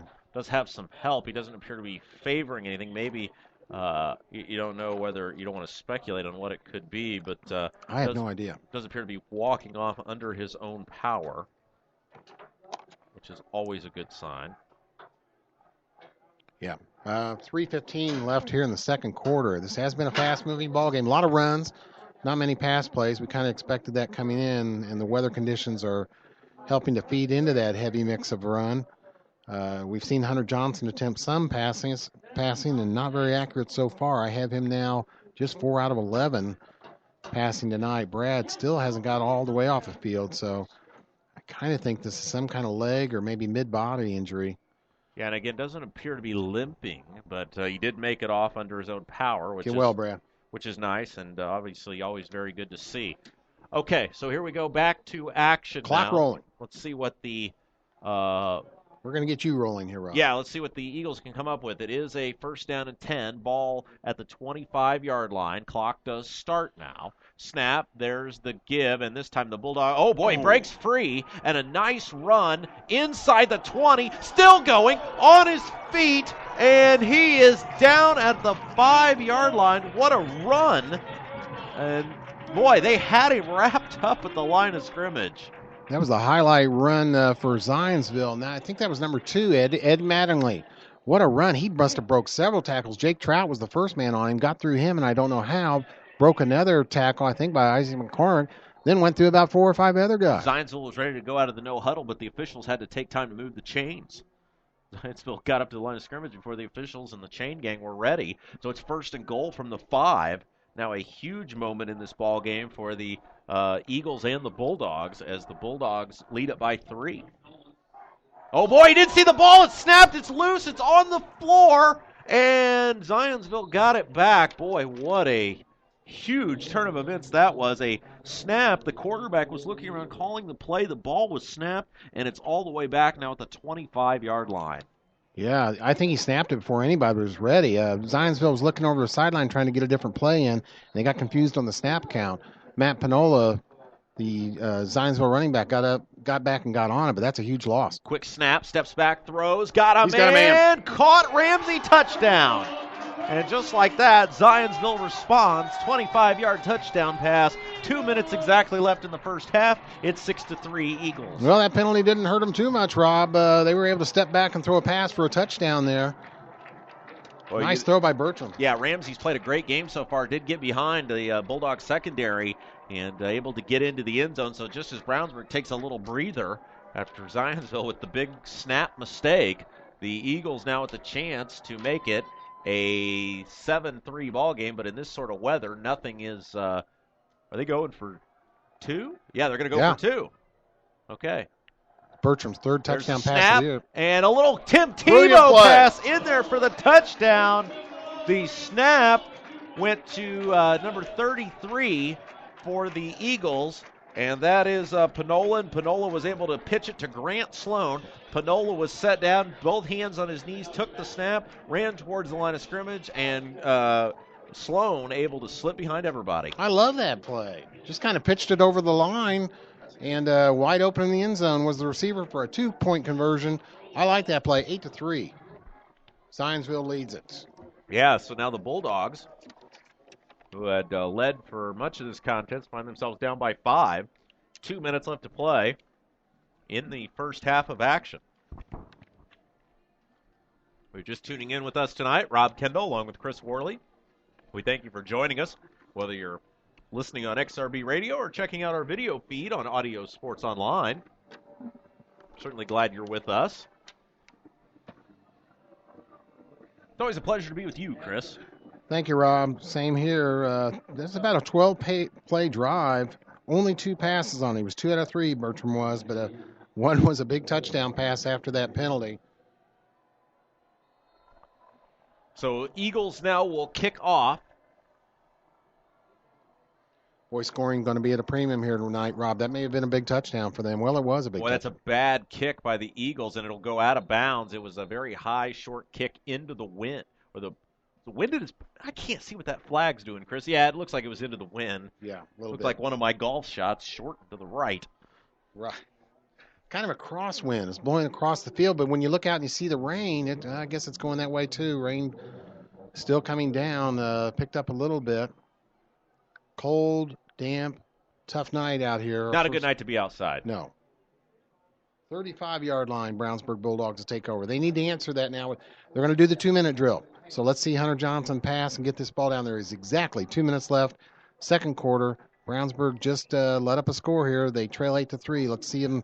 I know they run this 2-minute drill in practice all the time. So let's see them get down the field here. They're going to have to use their wide receivers, Tyler Kurtz, Vincent Lisman, Cam Davis. Need to move this ball here, Rob. Let's see what the Bulldogs can come up with, as you said, Chris. Ball will be placed at the 35-yard line. Well, we're still placing the ball. And they put it right smack dab in the middle of the field. 2 receivers to each side. Akin Rabati, the one man in the backfield. The Bulldogs have 2 timeouts left, I believe. Snap, quick drop. Johnson has time, throws, and overshot everybody and nearly intercepted again. That one incomplete. And Brownsburg just really struggling. You see Johnson wringing his hands as he comes over to the sideline there. I think that is playing some havoc with their ability to move the football. You know, I can't see. I'll look for it. Johnson needs one of those quarterback towels or a hand warmer. You know, a lot of them wear them around their waist. He does have a towel, so he needs to use that. He has been way off on his passing so far in this first half. 3 receivers to the right, 1 man up in the slot. There's a snap, quick drop, throws to the far side of the field. Boy, he is nowhere close. He's got guys wide open, and he is really struggling to keep his hands on the football. 4 out of 13 passing. You know, he's about almost a 60% passer coming into this game, but he's way below that tonight. These conditions wreaking havoc with the Brownsburg passing game. Yeah, that one was wide open, and you could tell that ball just sailed out of his hands. Yeah, it did. So now it is a 3rd and long, and this is not a place to be good. Not a good place to be 3rd and long. Quarterback going to keep it, and he will go nowhere. Taken down, and Zionsville with the heavy rush that time able to get in and take the Brownsburg quarterback Johnson down. It'll bring up 4th down. I think Zionsville spent a timeout there. Yeah, they're going to want to get this ball back and have time to score themselves. Michael Clare has already punted twice for Brownsburg. We may see his 3rd punt here. With that rain coming down a little more now. I don't know that we expected this much rain tonight. No, I think they had thought that it was going to subside right about the time they got to halftime, but if anything, it appears as though it is now coming down harder than it was before. We do want to thank all our sponsors tonight. You are listening to Brownsburg Varsity Football on xrbradio.com and XRB 1610 AM. Tonight's broadcast is brought to you by McDonald's, Nelson Jewelers, Northfield Self-Storage, Panuni's, Pete Fayer State Farm Agent, the Payroll Department, Westside Plumbing, Ivy Tech, and Hendricks Regional Health. Again, welcome everybody who, wherever you're tuning in from tonight. Rob Kendall along with Chris Worley, minute 48 to play in the first half. The Bulldogs trail the Zionsville Eagles on homecoming night for Zionsville by a score of 8-3. Brownsburg scored first on a Jose Hacker 27-yard field goal, and then the Eagles just responded with a big 25-yard touchdown pass to John Ramsey Jr. from the quarterback Drew Bertram, and they went for 2. Able to convert, and that's the scoring in tonight's ball game. Michael Clare needs to get a good punt. Let's see if he uses that rugby style like he's used here tonight both times to kind of get a rolling punt on this wet turf. They're going to need to get Zionsville back here because Zionsville's going to want to score, minute 48. Yeah, this is a nightmare scenario for the special teams coach, just having to try to punt out of this sort of weather. We'll see what they can come up with. Good snap, Owen Gilbert. Great job. There's the kick. It's high. It's short. It'll hit at the 40, takes a Bulldog bounce inside the 35 and will be down to the 31. That's not too bad considering the weather. And so Brownsburg able to switch the field position a little bit with a minute 34 to play in the first half of action.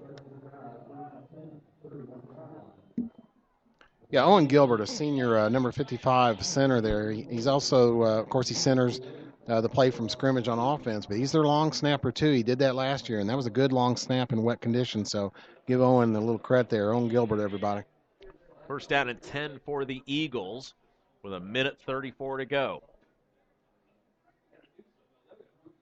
Out of the shotgun, there's the give, a little delayed handoff, room to run. Nice shoestring tackle there by the Bulldogs. Is that number 7, Chris? 77 maybe. Jake Trout, he's made several plays. Yeah, 77, Jake Trout on the stop there.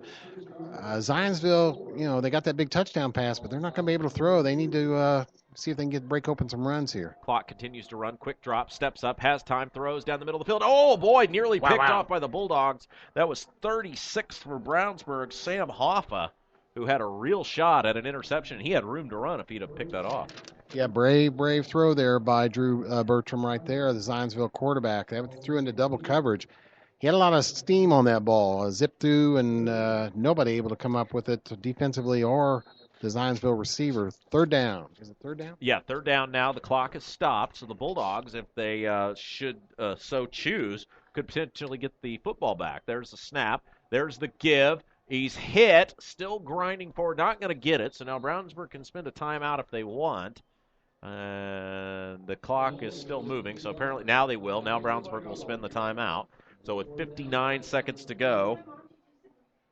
And it's not a bad idea here for a timeout. Now, I wouldn't be surprised if Brownsburg in this position tries to put a big rush on them. Is Zionsville going to? Yeah, they got a punt.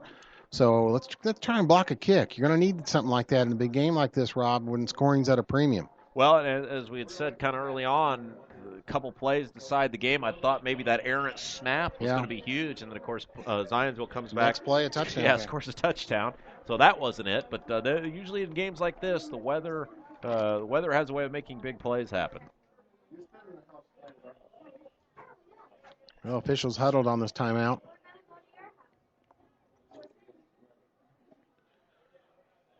Boy, that wind really picked up. Yeah, it is playing havoc out there, and well, it is October. It is, and we've been lucky so far. We've had great weather. 59 seconds to play. Bulldogs did spend the timeout. Trying to keep track. Okay, yeah, there's okay. So that was Brownsburg with one timeout left. They're finally done where the timeouts out are on the scoreboard up there. Yeah, and they are not lining up in a punt position. Now they're going to come off and bring the punt team on. So the offense went on first. And then they ran to the You got sidelines. to Now the hand punt it team to on. Zionsville. They are pulling out all the trickery tonight. Tyler Kurtz back for an unusual punt return for him if he gets the ball. Block that kick. The old cry of the crowd, Rob. Out of the shotgun is the punter. There's They're not the going to try to snap. block. And it's a pretty good kick. It'll hit at the 30, and he will let it go, and it'll go down inside the 20. And I think Brownsburg was just a little confused there when they had to drop back in the unfamiliar punt formation with having the defensive personnel on the field. Boy, Brownsburg needs to score again, but I don't know if they're even going to try it here with 49.4 seconds left on the board here in the second quarter. If I was Hunter or the offensive coordinator, you might try and throw one deep. I'm not sure in these weather conditions. The offensive coach, of course, Josh Yoder, been there for a while for Brownsburg, does a good job. You haven't liked some of his calls, Rob. I'm sorry. But let's see what they do here. I don't know if you be conservative, I would think, and just kind of run out the clock. Yeah, it's always that risk versus reward. Right. You know, and with Brownsburg with a heavy formation in here, it looks heavy. like they are just going to run it out. We'll see what they do here. Snap, give, Akinrabadi leans ahead, gets the 20, and he'll be stopped there. Zionsville cannot stop the clock. So Brownsburg appears content probably to run one more play and call it a half. And this is a good decision here because why take a chance? Yeah, it's only 8-3. Yep.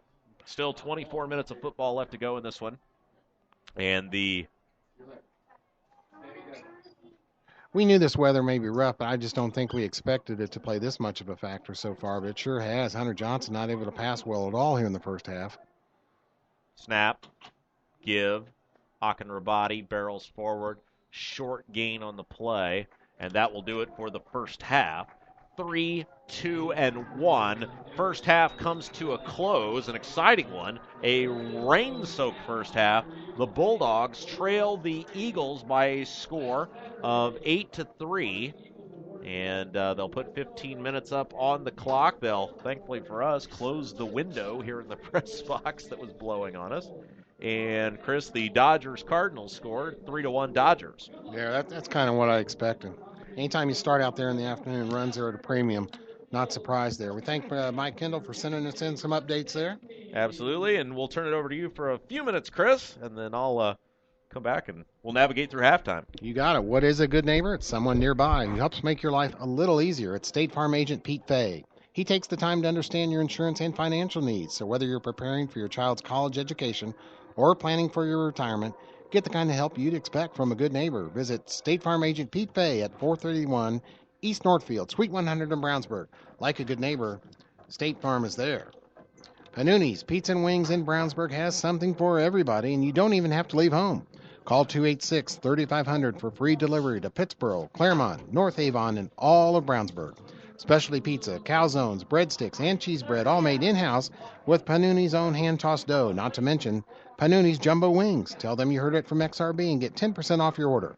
Check out their Facebook page for specials. They're open Sunday through Thursday, 11 a.m. to 9 p.m. Friday and Saturday, open till 11 p.m. Locally owned. Panuni's Pizza and Wings on 1447 East Main in Brownsburg. Hendricks Regional Health, they do invite you to get back to what you love. You can attend their next joint pain talk Thursday, October 9th, with orthopedic surgeons Kyle Ritter and Chad Waits. You can register at hendricks.org/talks. And at Hendricks Regional Health, you can, there's orthopedic specialists from Hendricks Regional Health present free talks each month on a variety of orthopedic subjects. This one coming up, they're going to review and discuss a variety of causes for shoulder pain and available treatment options during the program from 6 to 7:30 p.m., 9 p.m. at Hendricks Regional Health. Also, Ivy Tech. Registration now open for spring 2015 classes of Ivy Tech Community College in Crawfordsville. Ivy Tech provides provide quality higher education that will challenge, inspire, and prepare you for success. The advisors on the Crawfordsville campus are ready to provide assistance with admission, registration, and financial aid questions. You can begin a new career or continue your education toward a bachelor's degree. Call 765-359-0570 or go to ivytech.edu for more information. Apply now at Ivy Tech in Crawfordsville and start on your career goals. Well, a low-scoring game here, folks. 8-3, Zionsville leads at the half. Of course, you've heard us say weather conditions certainly play a factor here in this game. Brownsburg got the ball first, and the result was 6 plays, but an interception. Hunter threw an interception. Zionsville took over. They ran a 3-and-out. Brownsburg took the field next on their second possession. Ran 10 plays, 3 out of 4 passing for Hunter Johnson on that. That's really been his most successful drive of the night. And our field goal kicker, and I'm sorry, often his name escapes me. I don't know why, but Jose Hacker is now 5 out of 5 on field goals for the year, and he hit a 27-yarder for Brownsburg to take the lead 3-0. Zionsville, next possession punt. The punt teams traded punts and 4-and-outs, 3-and-outs for a while as this weather condition kept scoring tough to come by. Zionsville got on the board, though. They took over at their own 27 and just ran a few plays there and got, they took over on their own 27. A couple, 2 out of 3 passing, and one of those was a big TD from Bertram down to Ramsey, and the 2-point conversion was well done. An exciting play by Zionsville. Kind of snapped the ball to one of their running backs, and he pitched it over the line of scrimmage to a wide-open receiver in the end zone for the 2-point conversion, and that gave them the lead 8-3. The rest of the half, the teams just went down and out on their possessions. But Zionsville leading this big game 8-3. We're going to, of course, keep track of those other scores for you, and Rob's going to get those when we come back. After tonight, Brownsburg is going to be home next week.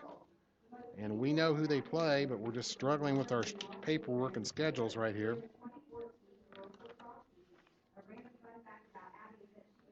Here we go. I'm sorry. Next week, Brownsburg is going to be home to Noblesville. That tough Noblesville squad is 4-2 right now. Of course, Noblesville playing a home game against Hamilton Southeastern tonight. But next week, Noblesville will be at Brownsburg. This Zionsville team will face a really tough test when they're going to go out on the road at Avon. Of course, Avon playing a big game tonight at Westfield. We had a score on that earlier. Avon was leading 16-0 in the first half. Other games tonight, conference game, Hamilton Southeastern and Indianapolis Tech at Fishers. Like we said, the standings coming into this game, all these teams 4-2, Fishers, Westfield, Avon, and Noblesville. Then Brownsburg at 3-3, Hamilton Southeastern 2-4, Zionsville 1-5. That's why I called this game for Brownsburg. I really thought it was important for them to come out here. They had a good chance. Zionsville coming in this game 1-5. They have a good chance to get a win here and maybe get this job done and go to 4-3 on the season. Of course, they want to finish with a winning record before sectionals, but these weather conditions, the Zionsville defense making it tough. Both defenses have really played pretty well. I looked today at the sectional, and Brownsburg has a really tough sectional. They are in a sectional with 4 other teams: Ben Davis, Pike, and Avon. Ben Davis comes into this week. Of course, they're playing that big Carmel game right now, but they came in 5-1.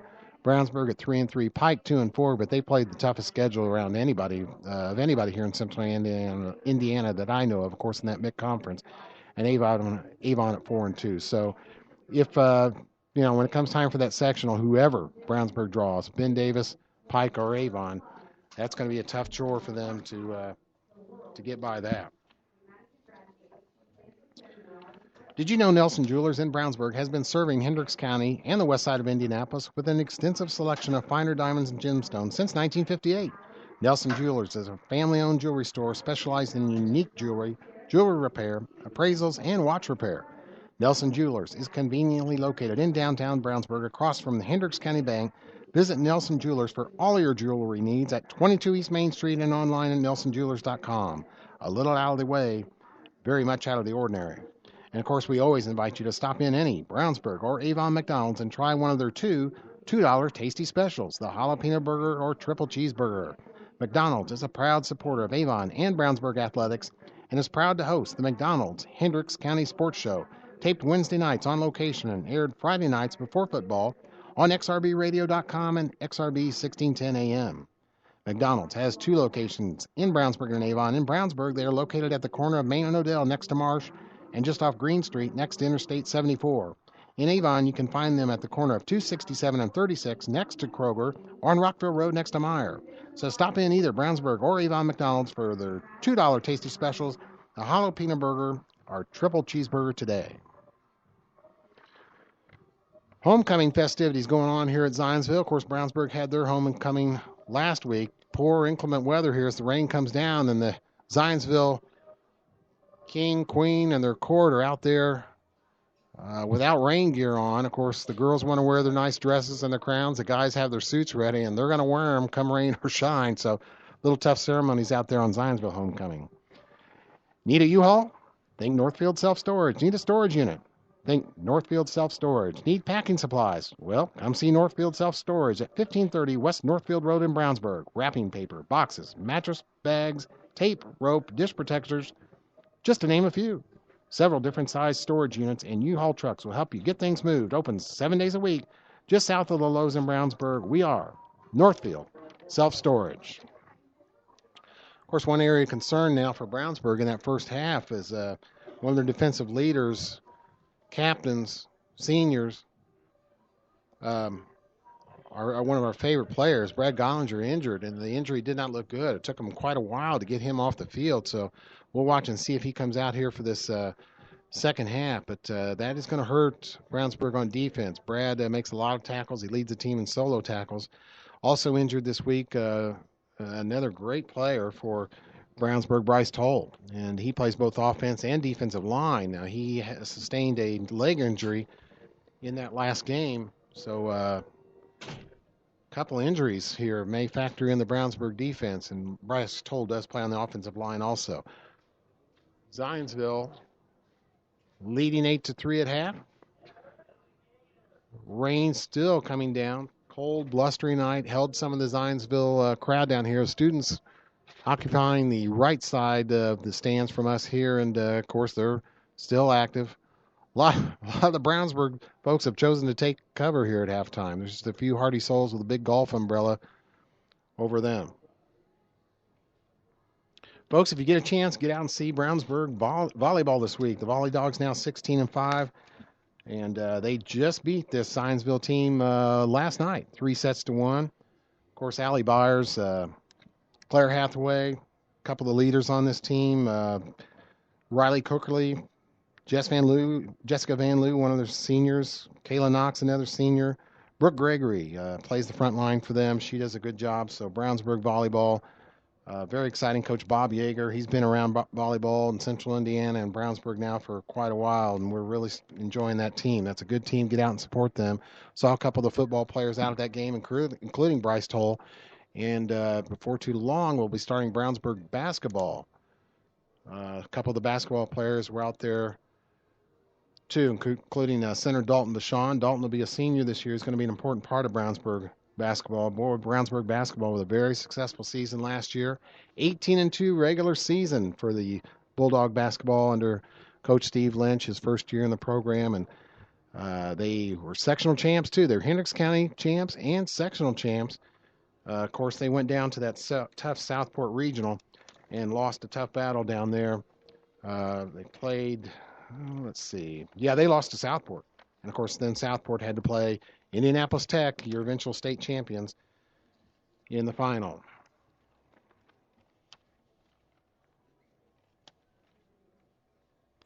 When plumbing problems arise, do you want a plumbing company with an impressive truck or fancy jingles? Of course not.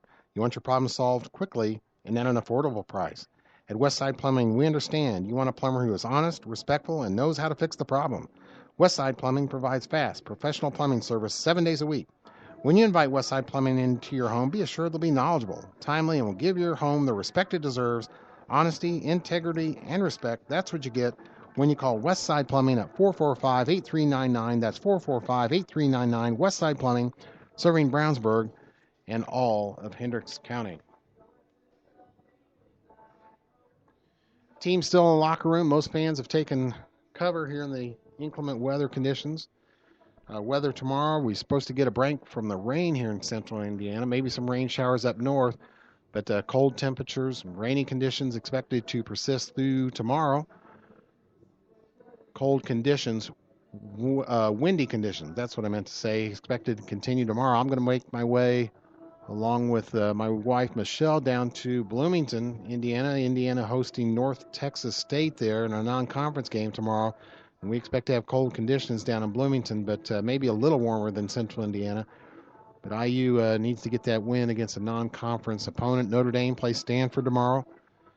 A lot of big games, of course, on college football Saturday. But we're glad you're with us here on XRBRadio.com and XRB 1610 AM. And, of course, our friends at Audio Sports Online can view a video presentation of this game also. Some of the kickers and punters getting out here on the field, starting to warm up for this second half. Just 2:20 left on the clock now at halftime. Glad to be in the press box on this cold, damp, rainy night. Really the first bad weather night we've had of the high school football season. Just 2 weeks left after this. And then we'll be ready for sectionals. Of course, now, all the teams make the tournament, so you want to be playing good football here at the end of your season. That's why this game is so big for Brownsburg.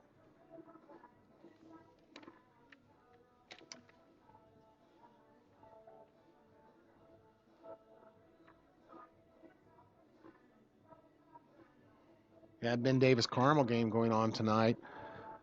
In the last 30 years, some of the Carmel fans may be surprised to know this, but Ben Davis leads that series actually over Carmel, 17-15. I know they used to meet annually every year, but I think they kind of cut that out as Ben Davis played other foes and Carmel did the same. But they are playing tonight. Ben Davis 5-1 at Carmel 6-0, and we know that on the 11:15, 11:20 main news stations here in town, that'll be one of the feature games. I don't think Operation Football and the other helicopters will be flying around on this bad weather night. Certainly we've seen no indication of that at this game. Zionsville team coming out onto the field now for the second half. You're listening to Brownsburg Varsity Football on XRBRadio.com and XRB 1610 AM. Tonight's broadcast is being brought to you by McDonald's, Nelson Jewelers, Northfield Self-Storage, Panuni's, Pete Fay, your State Farm agent, the Payroll Department, Westside Plumbing, Ivy Tech, and Hendricks Regional Health.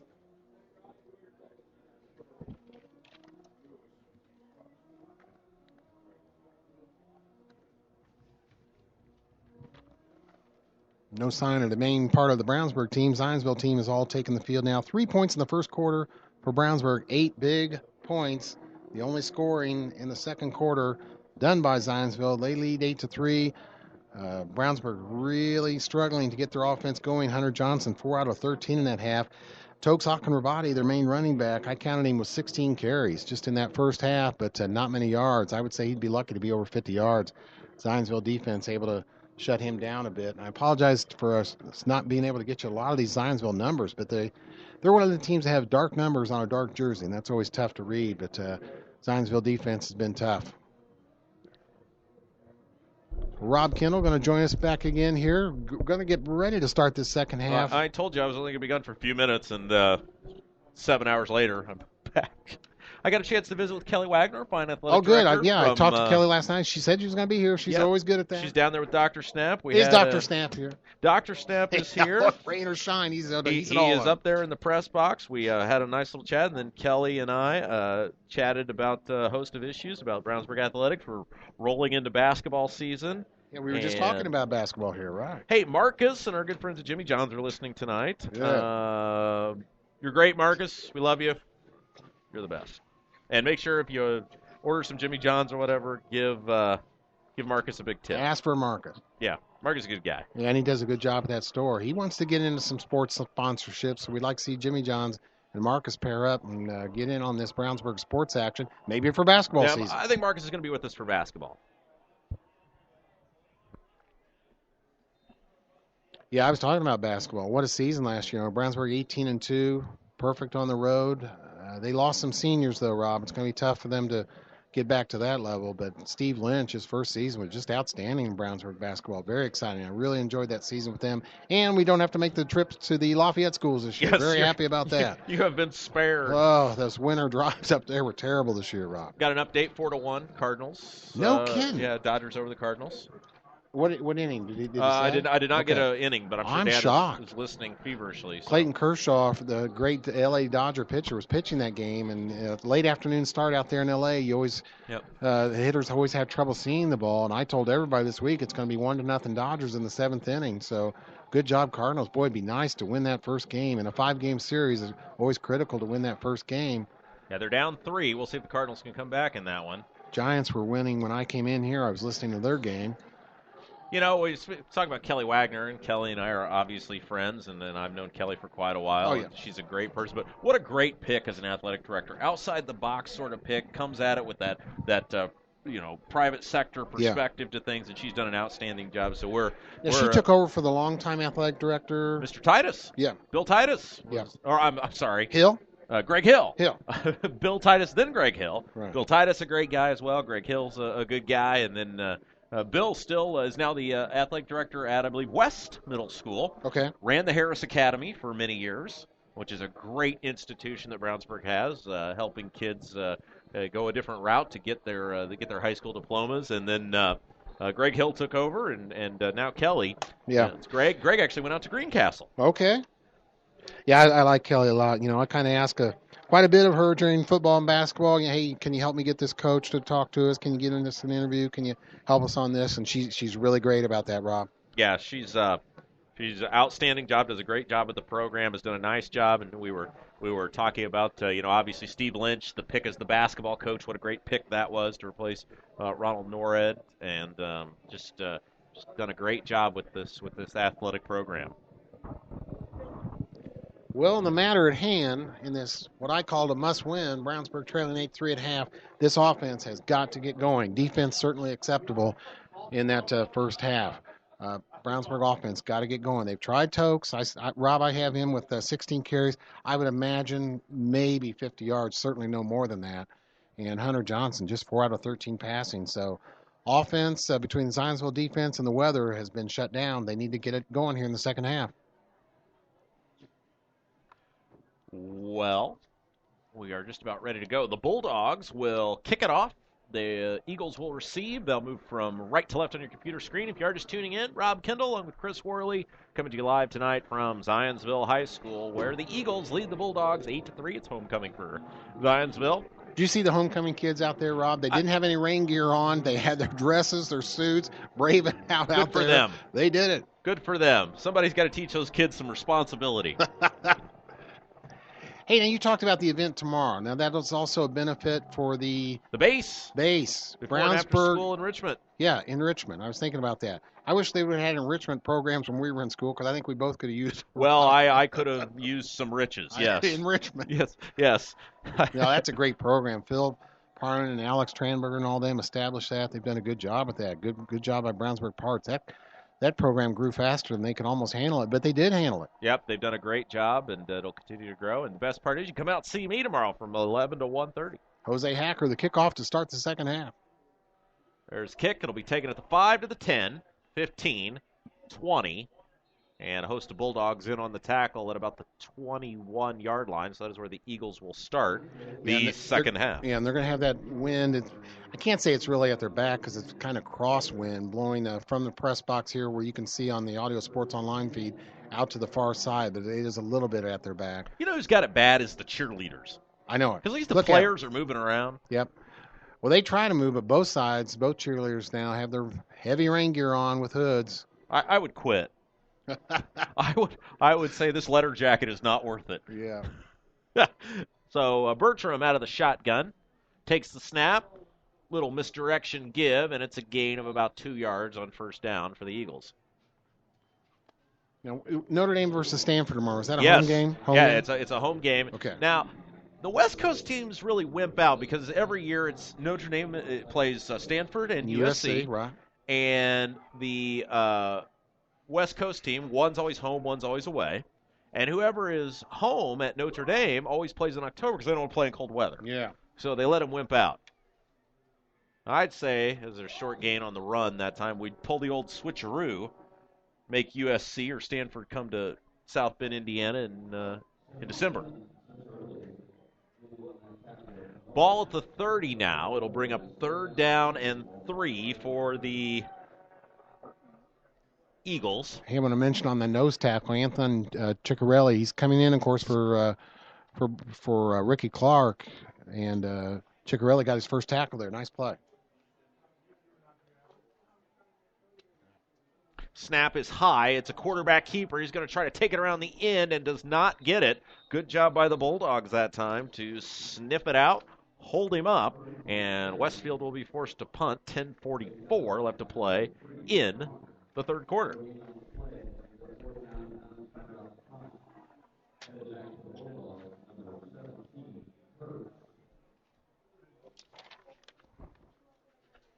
Three running plays on that. 3 and out here for Zionsville on their first possession of the second half. Their punter tonight has been. They're still looking over the sideline trying to decide what to do. I get Jake Minuski. I think. Yeah, here we go. Looked like we needed a center on the field, and now a whistle and a timeout Zionsville. That is going to probably upset the coaching staff. Yeah, that may hurt them. They only have an 8-3 lead, and they never could get organized on that. Now, I don't think Zionsville realizes that the clock is moving again. So the clock is going, even though the timeout was called. So all sorts of confusion going on here. I don't know if they're winding it down because it should have been moving or what the deal is. It appears the officials have noticed that the clock is moving and have not said anything. So, because if you pay your ticket, you want the whole game. Right. 6-1 Dodgers over the Cardinals, Chris. Wait a minute. No, you had Cardinals leading. Before. No. I had the Dodgers leading 4-1. Okay. I'm sorry. That was bad. If so, that was bad reporting on my fault, on my part. First mistake. I'm not surprised. Made. I'm only surprised that Dodgers scored 6 runs. I would not have started him ace pitcher Adam Wainwright. I would have had him go Did they number pitch 2. Wainwright? Yeah, I would have had him go in the second game. Yeah, absolutely. You're just not going to beat the Dodgers in that kind of situation with Kershaw out there in game 1. Now the clock wound all the way down. Nobody knows what they're doing. That might be a fair statement at this point in the ball game. Where's your buddy, the athletic director here? Well, it's not her. Oh, Shellhouse. Yeah, we got to get Shellhouse down there. He's good. I imagine Shellhouse. Kelly can't fix this. Nowhere near the rain at this point because Greg is a very smart man. He's still over there eating Chick-fil-A. You got to love Greg. He actually stood over our shoulder to make sure we were being fair. Yeah, he did. Snap. There's the punt. It's a high kick. It'll be fielded at the 35. Voids one tackler, and that's it. Nice job by the Zionsville. Good coverage there. Coverage team. Yeah. Minuski, a good punt. Tyler Kurtz fielded it, but couldn't go anywhere.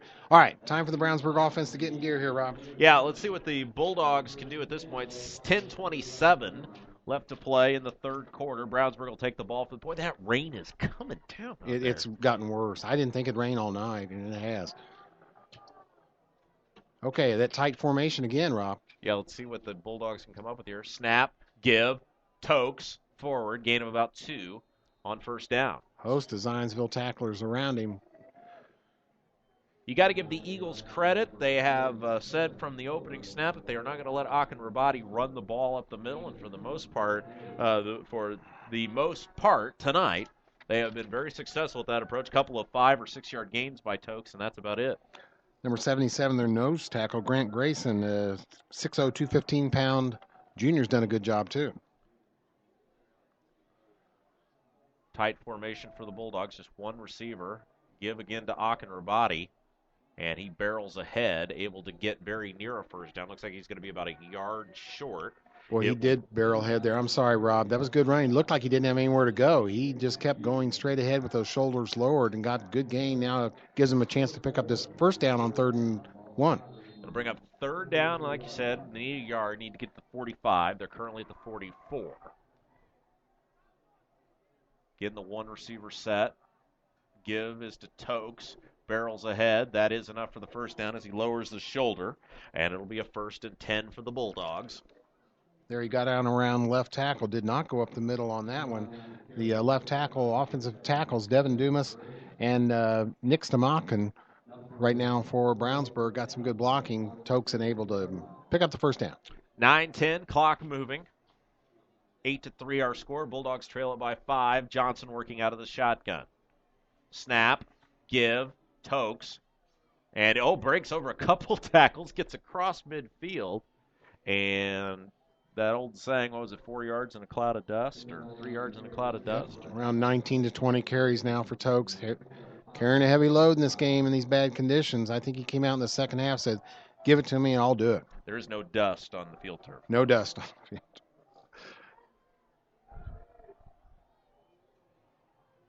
2nd and 4. They actually give him 6 yards on that play, so nice job bouncing off tacklers. Again, Gibbs, same play, and almost the same result. He's going to lean forward. He's going to be about a yard shy of the first down. And Brownsburg appears to be making no secret about it, Chris. They are just going to keep handing it off. Yeah, 5 plays here on this first possession of the second half. All runs, all tokes. And he's gaining some yards now. Again, another 3rd and short. Hunter Johnson going back over to get the play called. Tyler Kurtz will go out to the far side. He's the only wide receiver. Tight set, sneak. Oh, they got the first down, but that's going to be penalty on the Bulldogs. Not everybody was set. Yep, false start Brownsburg. And that is going to drive Coach Brett Comer, well, if not crazy, he's not going to be happy. He's not going to be happy. That's going to turn a 3rd and short into about a 3rd and 6 now. And you may have to do a passing play on this tough conditions. The right tackle for Brownsburg. I'm not saying he jumped. Ball sits right at midfield. Ball resting on the 50. Knows the football, and they need to get to the 44. So 3rd down and 6 as the Bulldogs. Oh, snap is high. The give is down to Tokes. Big breaks off 1 tackle, and he'll lean across midfield down to the 48. And it is going to bring up a big decision here for Brett Comer. I think they're going to go. That I'm surprised they didn't even look at a pass that time. Snap was a little bit high, and that set off the timing of that play. But Hunter Johnson got the ball down, got it to Tokes for just a very short gain, and they are going to go. Vincent Lisman and Cam Davis going to come in at the wide receiver position. Hunter brings in the play. They tried that end around earlier with Lisman. Let's give it to Lisman. Well. Right, I like that. Let's do that again. He is in the slot now. You could see that here, Rob.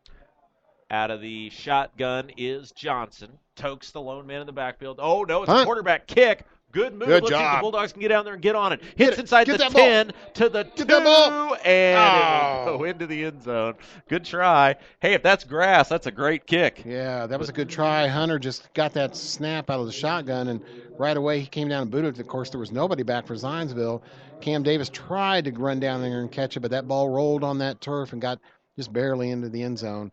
Good try by the Bulldogs, but not going to work, and Zionsville will have the ball at their own 20. They've gone away from the pass, and I think a lot of it is Hunter Johnson with this weather was just nowhere close to his receivers and was wringing his hands and just did not appear comfortable out there in the first half, and the weather has gotten no better. Zionsville, their second possession here in the second half, they went 3 and out on their first. Out of the shotgun, there's the snap. Little misdirection, counter. Good run. Center of the field. And he'll cut it back to about the 35-yard line. 1st down and 10 for Zionsville. Nice run that time. Yeah, that was number 24, Kyle Sheehan, a 5'11", 180-pound senior. He's done a good job for them this year and got a good run there. Victor Nglima was able to tackle him.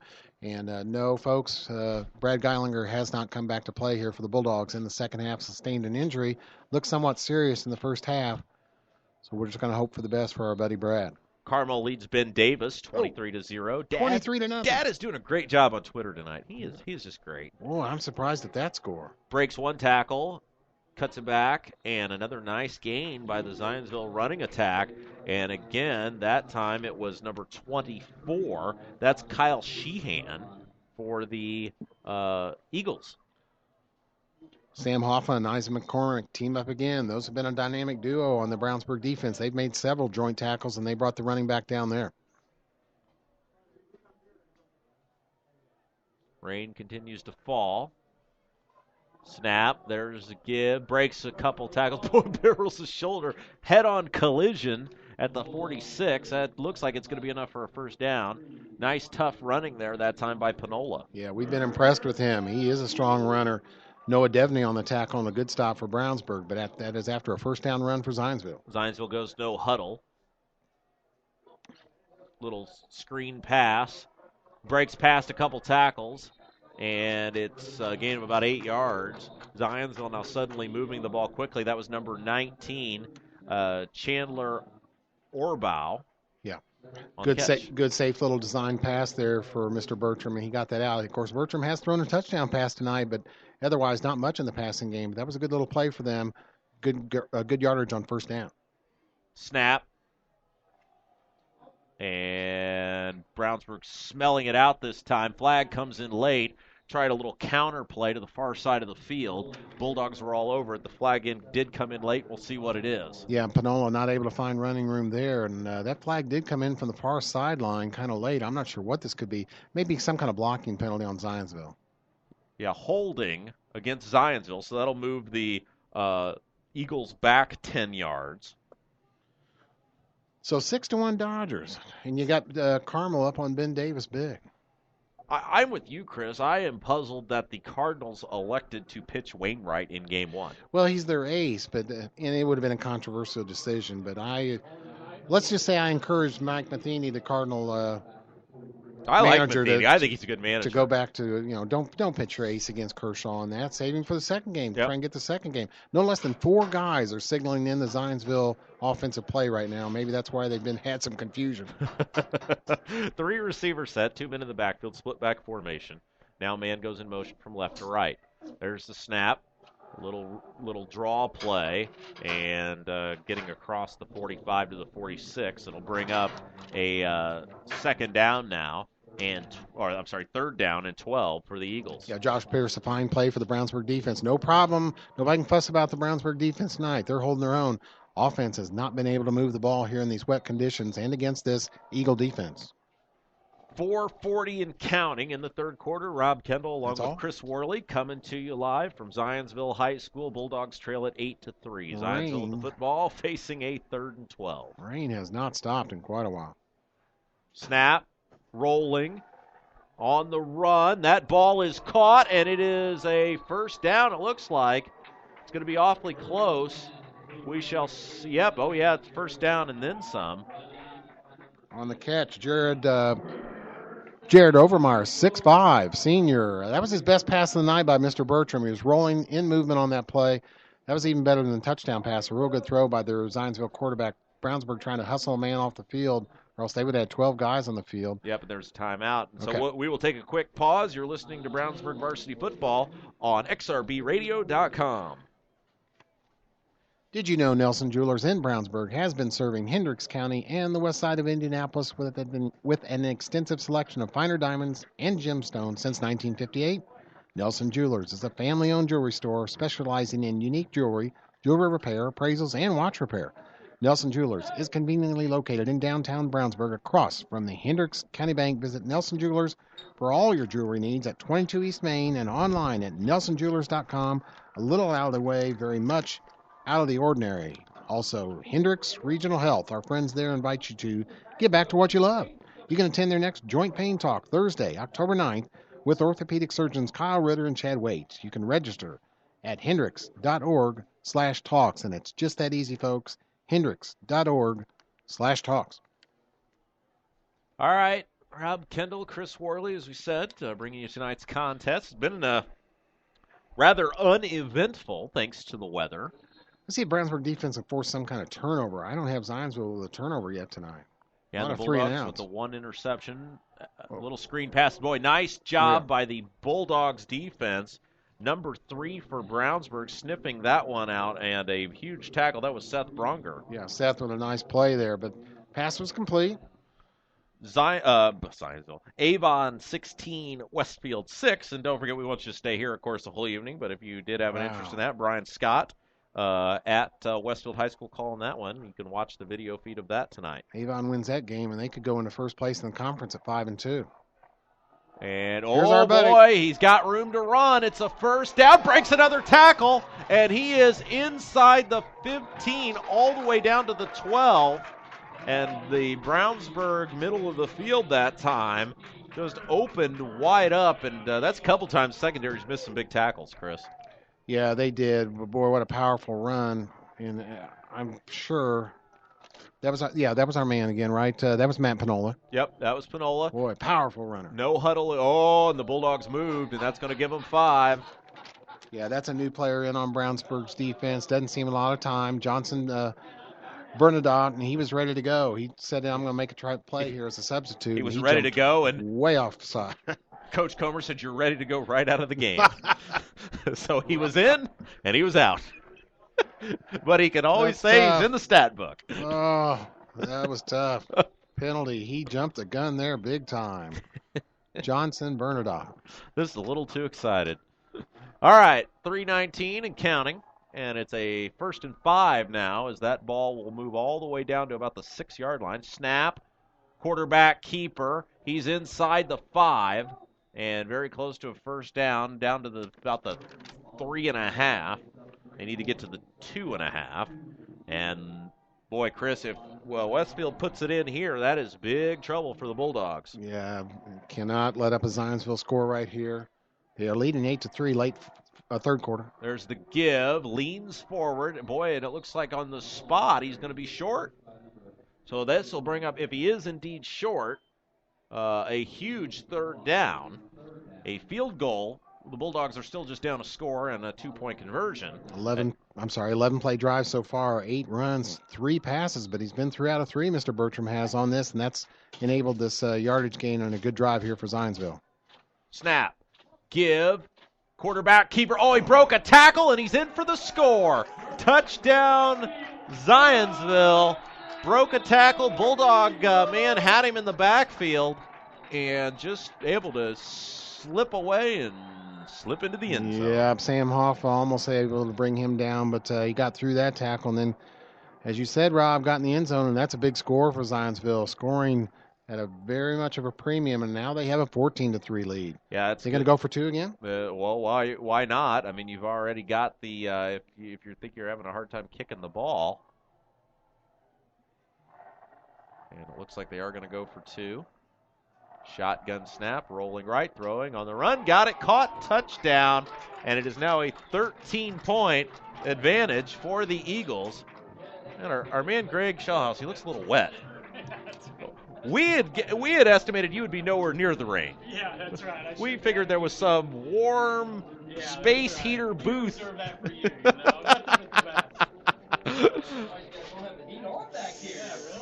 16-3, our score, 2:18 to play. That was a nice drive by the Eagles that time, Chris. Just ran it right down the middle of the field. Boy, it really was. About 10 plays there, 3 of them passes, but really good drive. Big, important drive for the Zionsville Eagles to take I don't want to say a commanding lead yet, but that was a big score. There's only 2:18 left in the third quarter when they got that touchdown, and they are 2 for 2 on 2-point conversions. So the Bulldogs now, not only are they 2 scores down, but because of Zionsville's 2 very impressive 2-point conversions, they are 13 points down. You know, a lot of times those 2-point conversions, I always think they're hard to get. They are. Zionsville's had well-designed plays for both of them, really. They've had receivers wide open on both those. Right, and they knew exactly what they were doing, too, on those plays. Those were designed plays. You can tell they'd been thinking about them well ahead of tonight's ball game. So now Brownsburg got to get the offense going. Oh, it's an onside kick, and I think they goofed it up. But now it's a live ball. Zionsville saying they recovered. It's almost like Brownsburg fell asleep. It was almost a whiff. They didn't expect an onside kick right there. Now the officials are talking to each other. Did that ball go 10 yards? That was one of the weirdest plays you'll see, Chris. It was almost a whiff on the onside kick. Brownsburg did not go for the ball. They're going to say Zionsville has it, and their sidelines erupt in celebration. Zionsville's front line wisely just pushed the Bulldogs out of the way. Because it's turf, the ball kept rolling, and the kicker fell on it. So Zionsville gets the ball. Did I accurately describe that? Yeah. That's the best I could do. That's as good as I could do, too. Brownsburg just got surprised by that. Well, and you're in a bad position because, again, it was a total, almost a whiff by the kicker, but the ball kept rolling because of the turf. So it ended up being almost perfect. So 1st and 10 now for the Eagles. It's gone from bad to worse for Brownsburg. Snap, quick drop, throwing down the sidelines, and it is tipped up incomplete. Good defense on the far side of the field there by the Bulldogs. Well, give credit to Coach Echeverria there. He went for that onside kick in a big spot in this ball game here late in the third quarter and got it. You know what that reminded me of? I remember in baseball when a guy would bunt the ball down the line and it would just stop on the line. They kept waiting for it. And that is, again, if it's on natural grass, probably doesn't do that. Yeah, and then look what they do. Come out throwing right away, trying to be aggressive and put the put another big score on Brownsburg, but he missed that pass over on the far sideline. Yeah, clearly all the momentum with Westfield, with Zionsville, right now. Yeah, now's the time Brownsburg defense really needs to force a turnover if they can. Third down for the Eagles, rather. The Bulldogs do need a stop. They are in Brownsburg territory at the 48. It'll bring up a big 3rd and 9 for Zionsville. Clock continues to move. 1:50 left to play in the third quarter. Snap. It's a pitch option, and very close to a first down. Looks like he's going to, that was kind of a bad spot for Zionsville. He leaned forward to about the 41, but they're going to put him all the way back at the 43. So it'll bring up 4th and about 2 yards, and now we've got a whistle. And I don't know if it's a timeout Zionsville. I haven't seen the signal yet. Well, Jake Trout, the fine defensive end for Zionsville, got up awful slow on that, and they're going to help him off the field. Number 99, Alan Yip, going to go off the field also. Okay. Mr. Yip is that 6'2", 365-pound defensive lineman for Brownsburg. Plays a lot of JV ball. That's our guy. Yeah, we've seen him in JV action. Is he in the game? He was. He just came out on that play. Jake Trout, unfortunately, going to go off to the sideline for an injury. And 41 going to come in again for Brownsburg. And that's Johnson Bernadotte, the anxious young man who unfortunately committed a important offside. Do you think they told him to watch the ball? Watch the ball, make sure it's snapped before you go, Jonathan. All right, 4th down. Now, this is a big play in the ball game. It'd be good field position for the Bulldogs, but Zionsville's been on the move. Snap, quick drop, rolls out, fakes the pass, rolling right side, avoids one tackler, throws it, and it is tipped up incomplete. And incomplete is the call. No flags. No. Yeah, no flags. So turnover on down. So the Bulldogs avoid disaster after that onside kick. They did. And guess who had the pressure on that Zionsville quarterback? That's Johnson Bernadotte, the young man who just seen his first playing time, and he got in there and put good pressure on him and almost got a sack. So that Bertram was just able to get it away. That's always good to see a young guy get in there and redeem himself after that first play. We know he's anxious to play. He's a high-energy player. That's right. So 1:17 to play in the what are they gonna do? In the third quarter. Well, we'll see. Time now of the essence. Get up, Tokes. Rabati. He breaks through a couple of tackles there. But the problem is, if Johnson can't throw the ball, what choice do you have? Well, this is shades of last year's offense when the passing game was really struggling, and you're just relying on Tokes. Unfortunately, that's the position Brownsburg finds themselves in here late in the third quarter. Well, the other Tokes. Yeah, the other issue for the Bulldogs is they keep huddling up, and that takes time as well. So Bulldogs back down under center. One receiver flanked out to the left. Snap now. He is going to throw it. He's going to put it up. There's Got one. a man, There's one. And he dropped it. Had a man open on.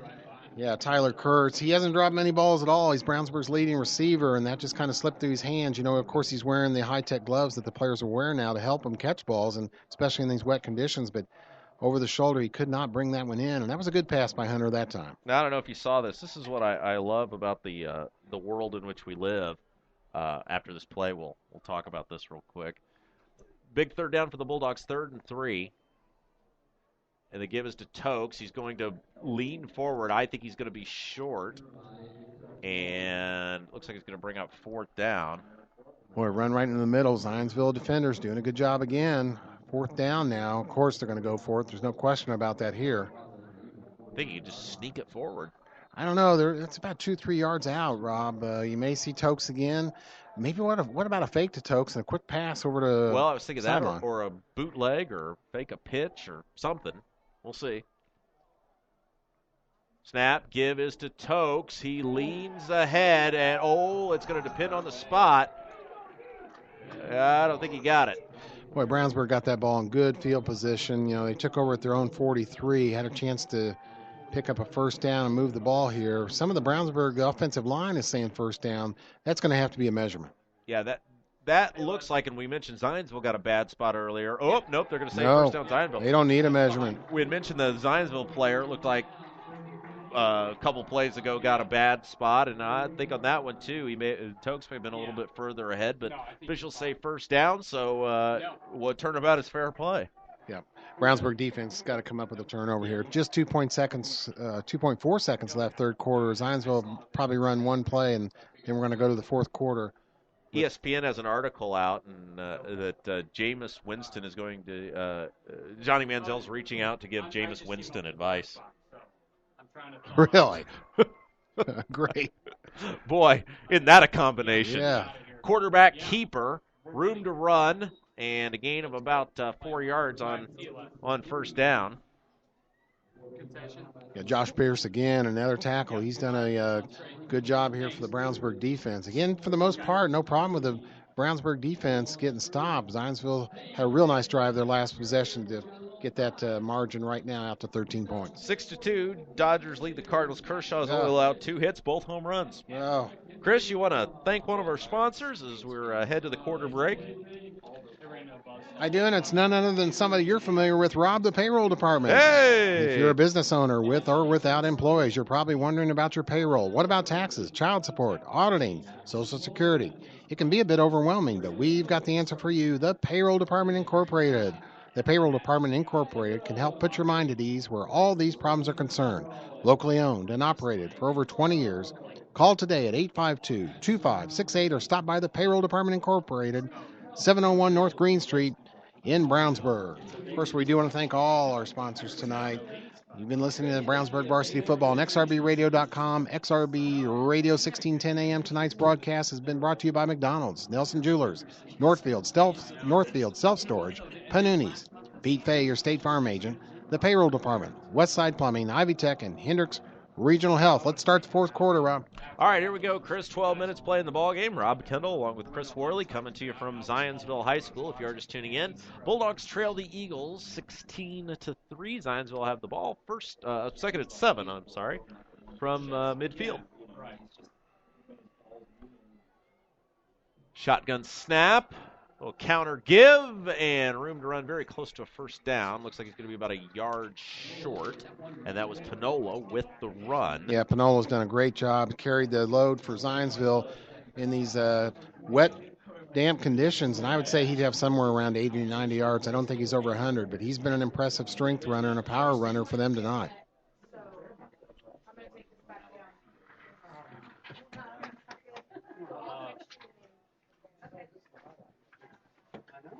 Snap is high. Give is down. It's a first down for the Eagles on the run. Gain of about 2 yards, and that's plenty to pick up the first down. Josh Pierce, number 8, again on the tackle for Brownsburg, along with Adam Dixon. First down, though. And the rain continues to still come down here at Zionsville High School. Brownsburg has not done well against Zionsville in the rain over the years. You probably remember a few of those games, Rob.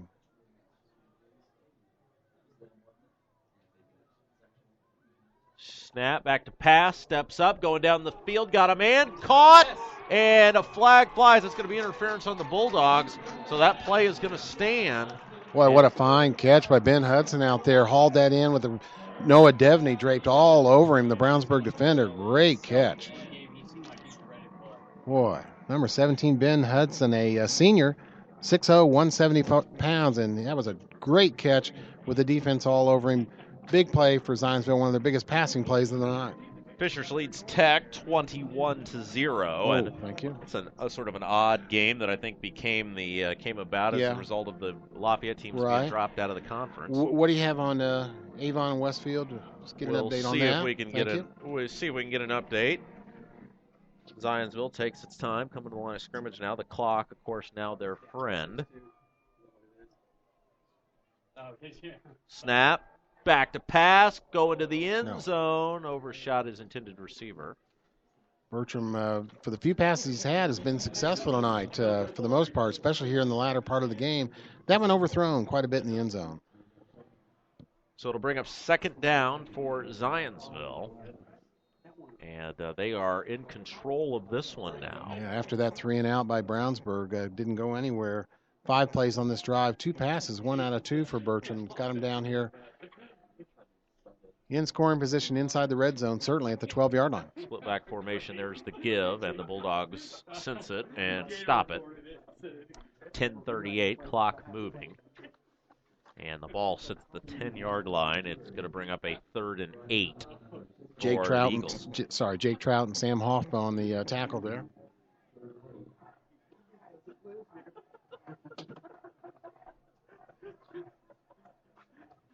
Third and 8. See what Zionsville can do. There's another little counter give. Bulldogs, again, sense it and take him down.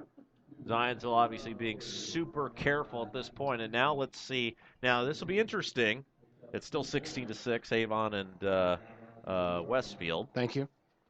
Avon with the lead in that one. Let's see what Westfield elects to do, because they have not tried to kick the extra points. Yeah, the Zionsville field goal kicker, I think they've tried several people on that. They're going to let this clock wind down. You got to think they're going to spend a timeout. Actually, they're 2 out of 2 on field goals this year. Interesting. Well, they have not tried an extra point tonight. 16-3, timeout called by Zionsville. And as we take a quick pause, they take a quick pause. We can go ahead and take one as well, Chris, or we can keep it here. What do you want to do?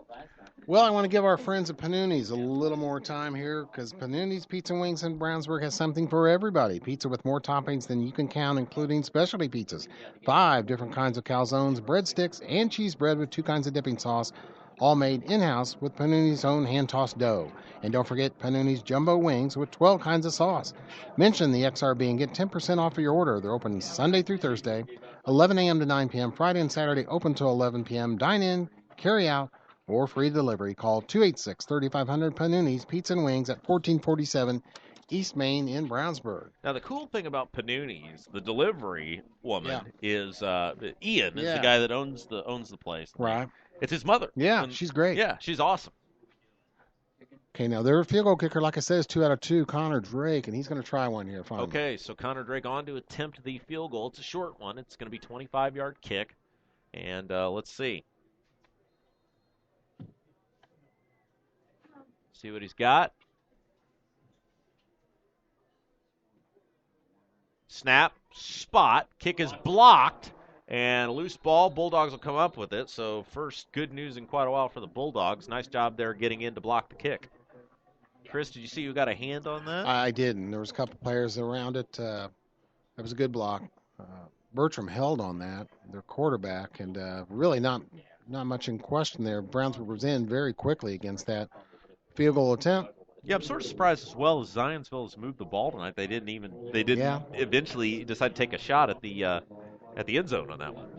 Could wind up being important. You know, this game isn't over yet. Brownsburg needs to move the ball here, but they got a long way to go, and their offense has not been successful tonight. The rain continues to fall. Johnson will work out of the shotgun. Again, that one receiver set. He's going to throw it. Deep. He's got a Get man, it, and it is caught and dropped, and he was in the end zone. Boy, had the man wide open and could not catch it on the run. That changing pass by Johnson, and unfortunately for the Bulldogs, Tyler Kurtz, usually sure-handed, could not hang on to it. Usually sure-handed is right. I know he feels bad. He's got 37, 38 receptions on this year, including 6 touchdowns. Only one other Brownsburg receiver has a touchdown. Tyler got beyond the man on a post pattern there. Just couldn't make the grab. Yep, so now the Bulldogs go back to work. There's that little that didn't work. They tried that little misdirection give that worked for them earlier. That time it was Tokes on the run rather than the was it Listman that tried it earlier, I think. Yeah, and that's going to be bad news because that's going to set them up for a long third down here, 3rd and 15 or 16 from deep in their own territory. A must-have here, the first down. Yeah, that was really a good call by Brownsburg. They had the man wide open. Poor Tyler. And just couldn't convert. So now the clock continues to move. You know, wet conditions had to play a factor in that, Rob. Yep. But, you know, they wear these high-tech gloves, and that helps them catch the ball so much. But the gloves are wet. Can't beat the good old-fashioned stick-'em we used to use when we were kids. Boy, you're going way back, Rob. Out of the shotgun, 4 receiver set. Now back to pass, steps up, has time, throws, and that's way over Not the receiver's fault on that one. Hunter Johnson, as he's unfortunately been doing most of the night, off target. So Brownsburg going to have to punt it away. 8:33 to play in the game, and time beginning to run short for the Bulldogs, 16-3. Boy, if they have to punt here, Michael Clay are going to have to do so from his end zone. And they're playing the YMCA here at Zionsville. Were you a fan of the Village People? That's been a part of sports arenas and You know, that has lasted so long. Every sports arena and stadium usually play that song at one point or the other.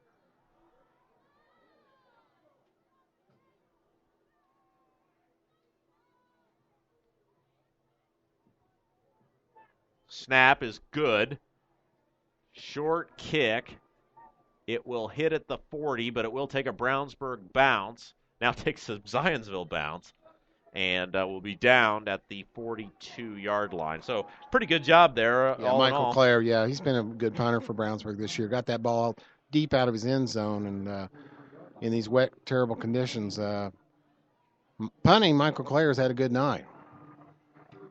Whenever your punter has a good night, though, Rob, the rest of the team did not. You know, he's punting often, and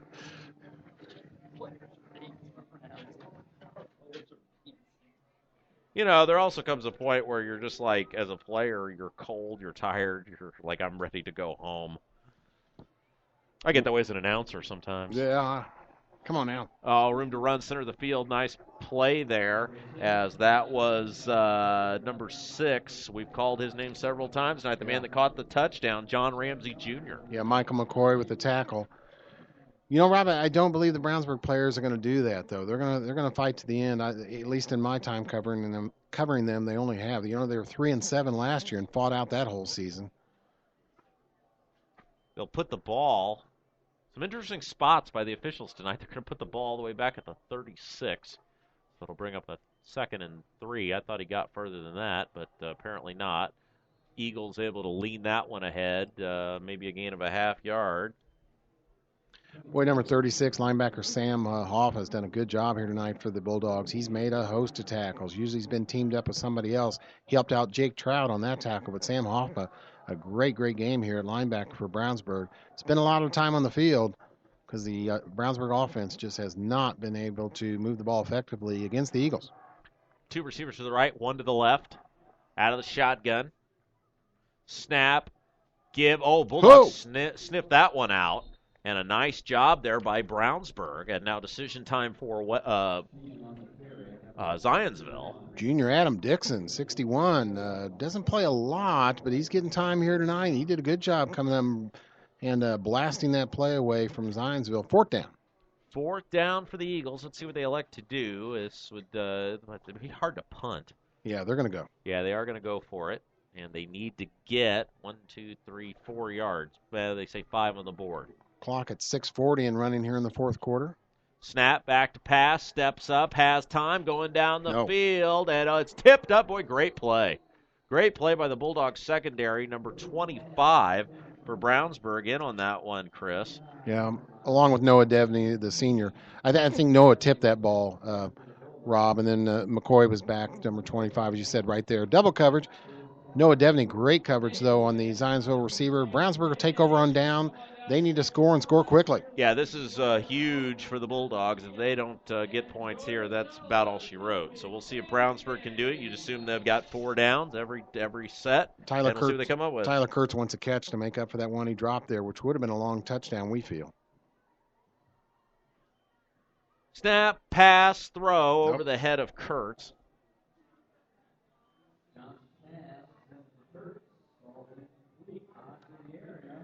Hunter just 4 out of 13 in the first half. I don't have a lot of second half stats on him, but he couldn't have completed more than 2 or 3 passes this second half. Really a bad night here for the sophomore. His first bad night of the year.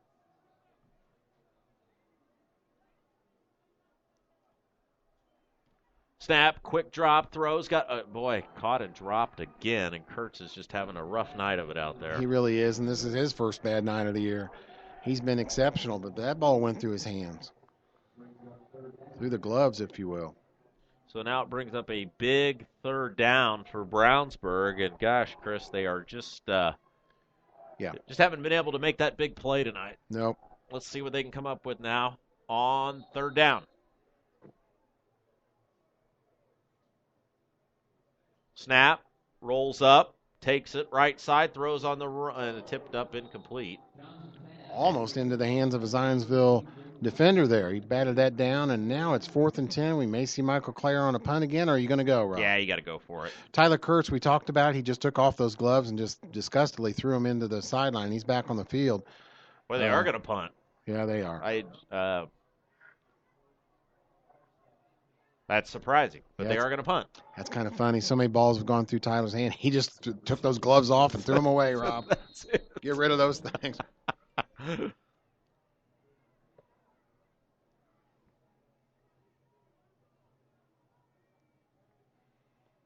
Rough night here for the Bulldogs. But like we said, Michael Clare, the punter's done a good job.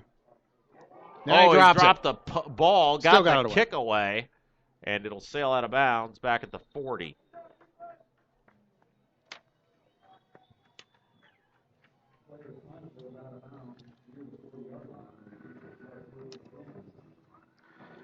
What is a good neighbor, Rob?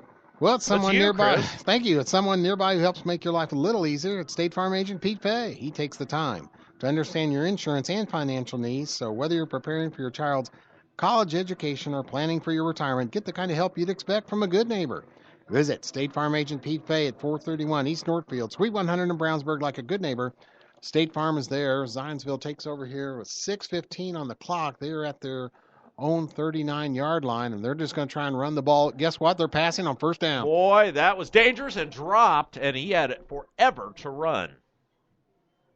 Well, I thought they're just going to come out here and, just run the clock. But they set up a screen play is what they did there. And it looked like it went right over the middle to our good friend and one of their star players of the night, Matt Panola, and he just couldn't come up with the catch. Went in and out of his hands. Everybody having trouble holding on to the ball tonight, but as far as the turnover battle, Zionsville's won it here tonight.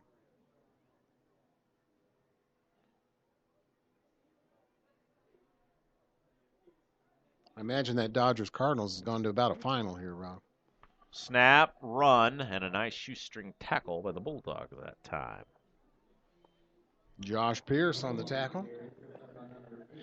Boys defense, they've been on the field a lot. We're still concerned about the condition of Brad Geilinger. He has not come back, and we haven't seen him on the sideline, so that kind of hurt. Tyler Kurtz is actually back in a defensive back safety position. And now whistle and a flag. Offside. Oh, offside on Brownsburg. Ouch. That was that hurts. Well, it's going to be a tough week of practice for Brownsburg. They got a lot of things to work on now. Next week they'll be home to a very good Noblesville team. I felt this was a must-win if you're going to have a winning record at the end of the season, and the offense has just not been able to do it. For most of the season, if you're going to look at a problem spot for the Brownsburg Bulldogs, it's been the defense. Not so tonight in these tough conditions. Hunter Johnson, poor night passing. There's just no other way to say it. Zionsville pretty well shut Tokes down, and that's why they only have 3 points on the board here in the fourth quarter. Snap, give, pass. It is caught and dropped, so it ends up not hurting the Bulldogs. Hey, thanks to Shane Ray for the weather update. 57 degrees right now. It doesn't feel like it, Shane. Doesn't feel like 57. Wind out of the west, 21 miles an hour. Gusts up to 30 miles an hour, and that's according to the National Weather Service. Holy cow, there's only about 50 people left on the Zionsville grandstands right now. They all blew away. About 15 people in the Brownsburg. Hardy Souls, bless their heart, come out here. It's only $5 to get in, though. High school sports, a great bargain, and they're out here. All right, here we go. Bulldogs to take the punt. There's the kick. It's a line drive kick. It'll hit, take a Zionsville bounce. Hey, we got some action over here. Uh-oh, we got a fight on the field, and now it's quickly separated as both players wisely separate themselves. Yeah, Noah Devney trying to get some blocks. He's still blocking to the whistle for Brownsburg against one of the Zionsville defenders, and the Zionsville defender didn't like it. So a little mix-up, no flags thrown. 5:10 left, 16-3. Brownsburg must score and score quickly, and they're going to come right to the line after breaking their huddle at the sideline and get ready to go. Good news for you, Chris. Cardinals mounting a rally. Dodgers up 6-3, but the Cardinals have the bases loaded. Oh, thanks for the update. There's a run by Tokes, leans ahead to about the 25-yard line, gain of about 4 yards on first down. I'm torn on that because I hate the Cardinals as a Cubs fan, but I like you. Right, thank you, so, Rob. I'm remaining neutral. Thank you very much. Now, are those updates coming from Mr. Kendall? Yes, they are.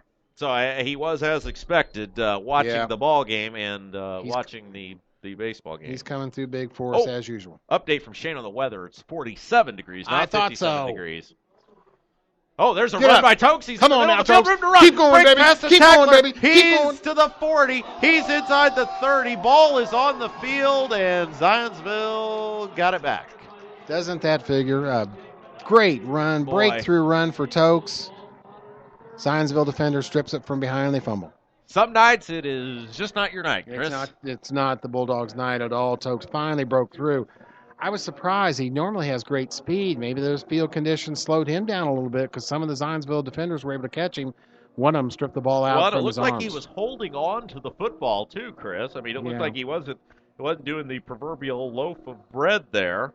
Yeah. He No, they stripped it out and got that fumble recovery, and everybody on the Brownsburg offense very dejected after that. They finally break through with a big play and ended up turning it over. Well, give credit. I haven't seen any Brownsburg fans leave after the fumble.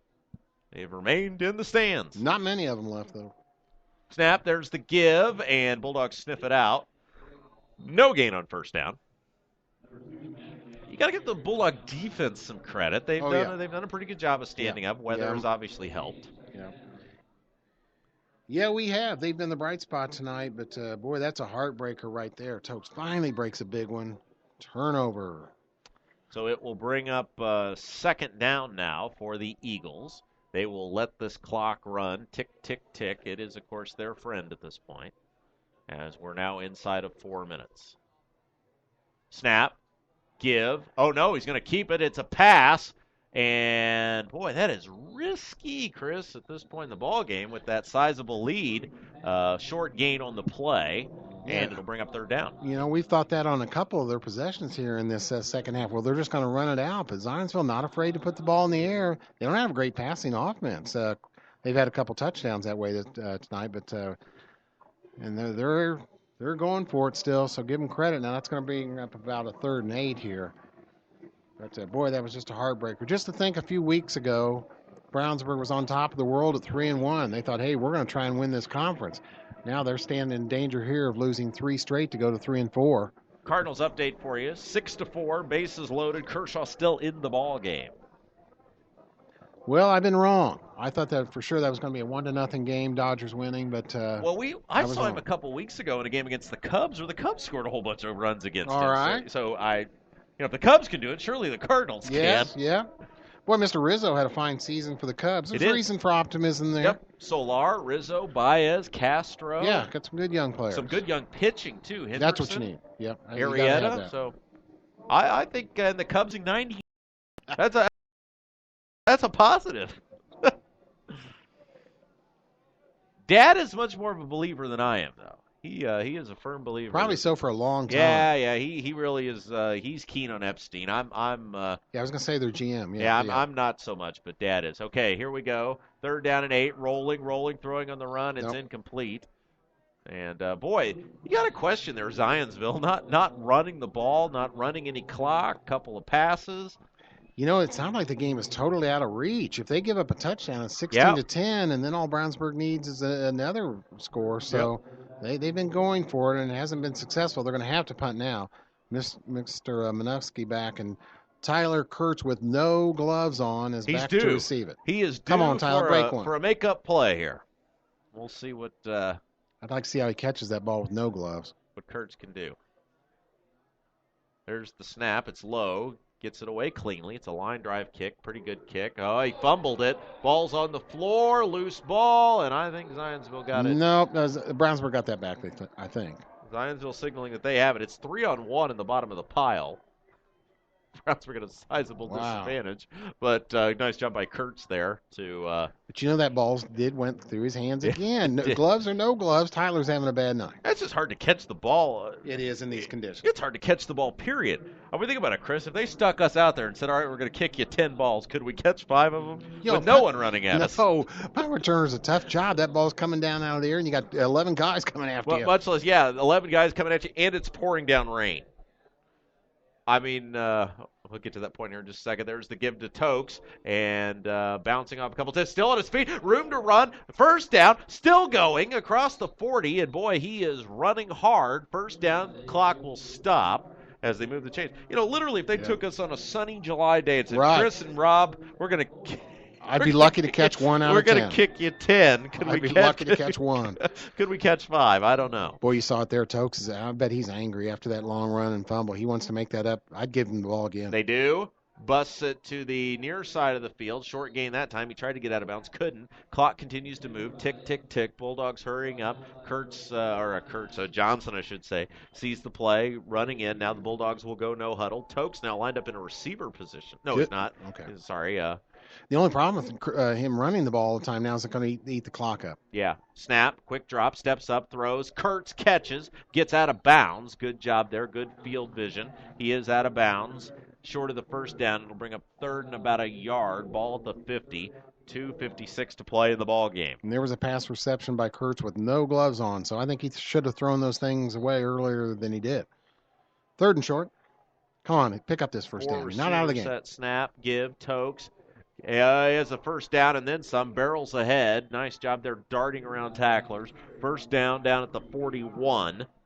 And the Bulldogs will have the clock stop as they move the chains. 2:51 to play in the football game. Interesting run there by Tokes because he had to sidestep, and he did not slip on this wet turf. Got his good footing under and made a good, sharp sidestep to the left and picked up positive yards for Brownsburg. First down. If you happen to be just tuning in for the first time tonight, 2:45, I should say, left play in the ball game. Rob Kendall along with Chris Worley bringing you the action. Bulldogs trail it by 13, 16-3, but they have the ball and are moving. Steps up, going to the far side of the field, and he ran into a Zionsville defender. Did the intended receiver no call, and it's an incomplete pass. Hunter, a bit off target there again, threw that high and way beyond his receiver. You know, Hunter's still a sophomore, still learning, and he's learning about playing in wet field conditions here tonight, and his completion rate has not been good. Rain coming down a little harder now, Rob. Snap, give, Tokes, leans ahead, nowhere to go. You know, Chris, this may be a monumental broadcast for us. Monumental? I have had this mixer board for going on 10 years now, and Wow. I think it's on its last leg. Okay. I think we may retire the mixer, this one, and go with another one for next week. Really? You know, I put this one in retirement about 2 years ago and then brought it back, and it's because it is a timeless classic, but we may. Okay. Well, it's done its job. If you've gotten 10 years out of it, certainly. Avon leads 23-6 over Oh, my. Westfield. Job, Coach Bless. You know, you just can't give up a classic, Chris. I mean, it's a hard thing to do. Well, you're not going to throw it away. No, I'm not going to throw it away. I'm going to keep it, put it in a museum somewhere or something. Right. 2:07 to play. We do have a timeout for equipment, shoe tie, something. 2:05. Clock moving. Snap, back to pass, Come on, steps Hunter. up, throw. Nope, Whoa, nope, boy, that wasn't nope, anywhere nope, close. Nope. And you've almost got a better chance now on 4th down and 9 of just letting Tokes try to run over people. Yeah, and Hunter Johnson got hit on that play, and he's up a little slow and going over the sideline. But, boy, he's just had no other way to say it, folks. He's had a bad night here tonight, the sophomore quarterback. Of course, great development over the summer for Hunter Johnson. We've seen him play some very good games here in Brownsburg's 3-3 record, but just not tonight in these conditions. Almost everything's been off. 1 out of 3 on this drive passing. 4th down for the Bulldogs. This is it. Back to pass, rolls outside of the pocket, rolling on the run. He's going to try to run for the first down, and he runs out of bounds well short of the first down. So that's bad news for the Bulldogs. Good news for you. Cardinals just took the lead. Oh, my goodness. I am shocked. Dad accompanying that with an "I hate them." So that on the Bulldogs front will do it for them tonight. Wow. They do have they have all three. I have 2 timeouts left, but probably. Hunter couldn't find anybody open on that, so he tried to run it, but couldn't make a sidestep move there and got run out of bounds.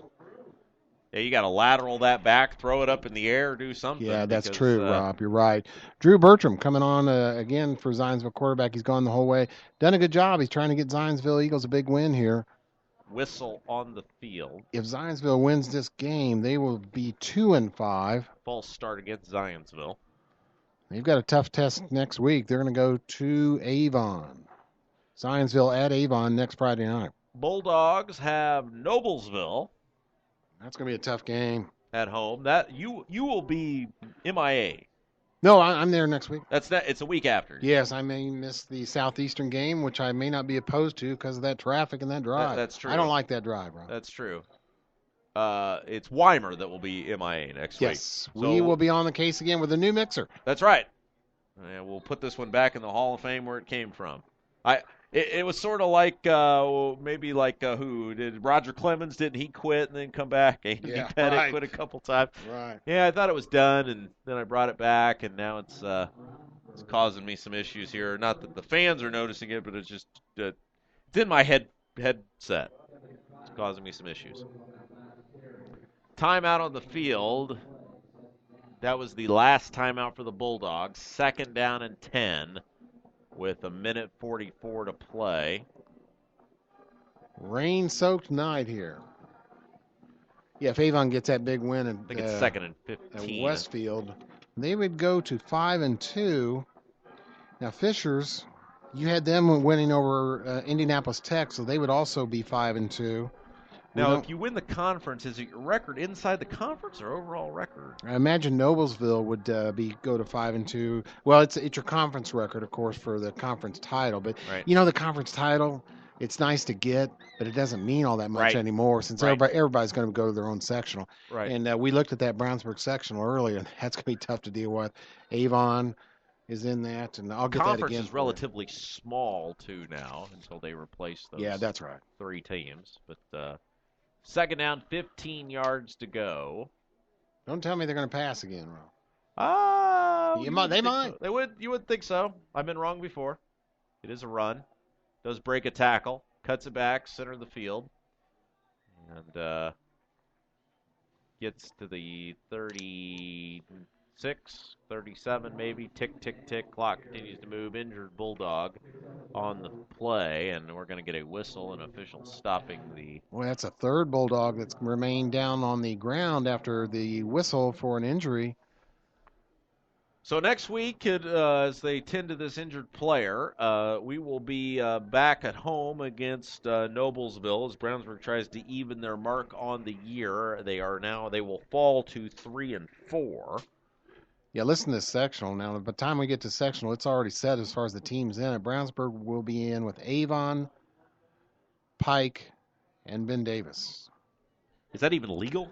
It doesn't look good. I checked. Last sectional championship for Brownsburg was in 2009. I don't know who they beat. Of course, they had the last state champions was 84 and 85, Rob. Coach Mike Godin. Yep. Godin was the coach. Those were the good old days. Our good friend Dan Gatlin was the quarterback. I just saw him a couple weeks ago at Dawson's 2. All right. Coach Comer played on one of those teams? Yep. He was secondary. I think he was also the kicker, punter. Of course, Brownsburg won a basketball championship. I just saw that banner the other day when I was at the volleyball match. 2008, Gordon Hayward in that. Yep. Julian Mavunga. Snap. There's the give. The night they won the state championship, I was at a Bruce Springsteen concert in Cincinnati, Ohio. That's right. Michelle, my wife, was at that game. She went to the state championship game, saw Gordon Hayward make that big shot. Yep, I was at the U.S. Bank Arena in Cincinnati, Ohio with Paul Wilson. All right. Well, that was a big show for you. Now, I heard, how old is the boss? Wasn't he 63? He just turned 65. 65. Yep, last week. Still going strong. Fleetwood Mac is coming back. They're going to have a tour this summer. I just read that. Some of their members are late 60s, maybe even 70. And John Mellencamp, his new album out. Yeah, he has a tour coming up. Our stops in Indianapolis. Our good friend. John Mellencamp is still going strong, and he's in his mid-60s. Folks, I'm sorry. And of course, Troy Kinnett is the piano player for for Mellencamp, and he is kind to us. Every time we always see him at the cover parties for the Henry County Business Leader. Good friend, good guy. Good. Yeah, good guy. Always plays some Springsteen for me when I show up. There you go. Hungry Heart and love it. He takes care of you there. Yeah, he's a good guy. We love Troy. And Shane loves Troy, too. All right, this should be the final play of the ball. Well, no, it won't be the final play because it's 4th down. They're going to punt it away, so the Bulldogs will get the ball back one final time. Snap, punt is away. Good punt. Good kick. Oh, there's one of those turf rolls. Yeah, that's a good call by the official there. It's actually a hit off a Zionsville player. He kicked it forward. Oh, okay. And 11 seconds left. Not a good night. A trip up here. Going to be a little bit of a long okay, here's bus some ride home. breaking news. Bruce Springsteen is going to be the subject of Classic Artist Spotlight on XRB Thursday night at 6 o'clock, immediately followed by Fact and Fiction with guest host Rob Kendall. on hosting Fact and Fiction. How will I give us that again? Bruce Springsteen will be the featured artist, 6 o'clock on the classic, Classic Artist Spotlight on XRB, followed by Rob Kendall, guest hosting Fact and Fiction with Bill that is a big night on XRB. And I'm going to be at the council meeting. Oh, my. They have... love it. Maybe we could delay the council. Oh, no, the council meeting's not till 7. That's right.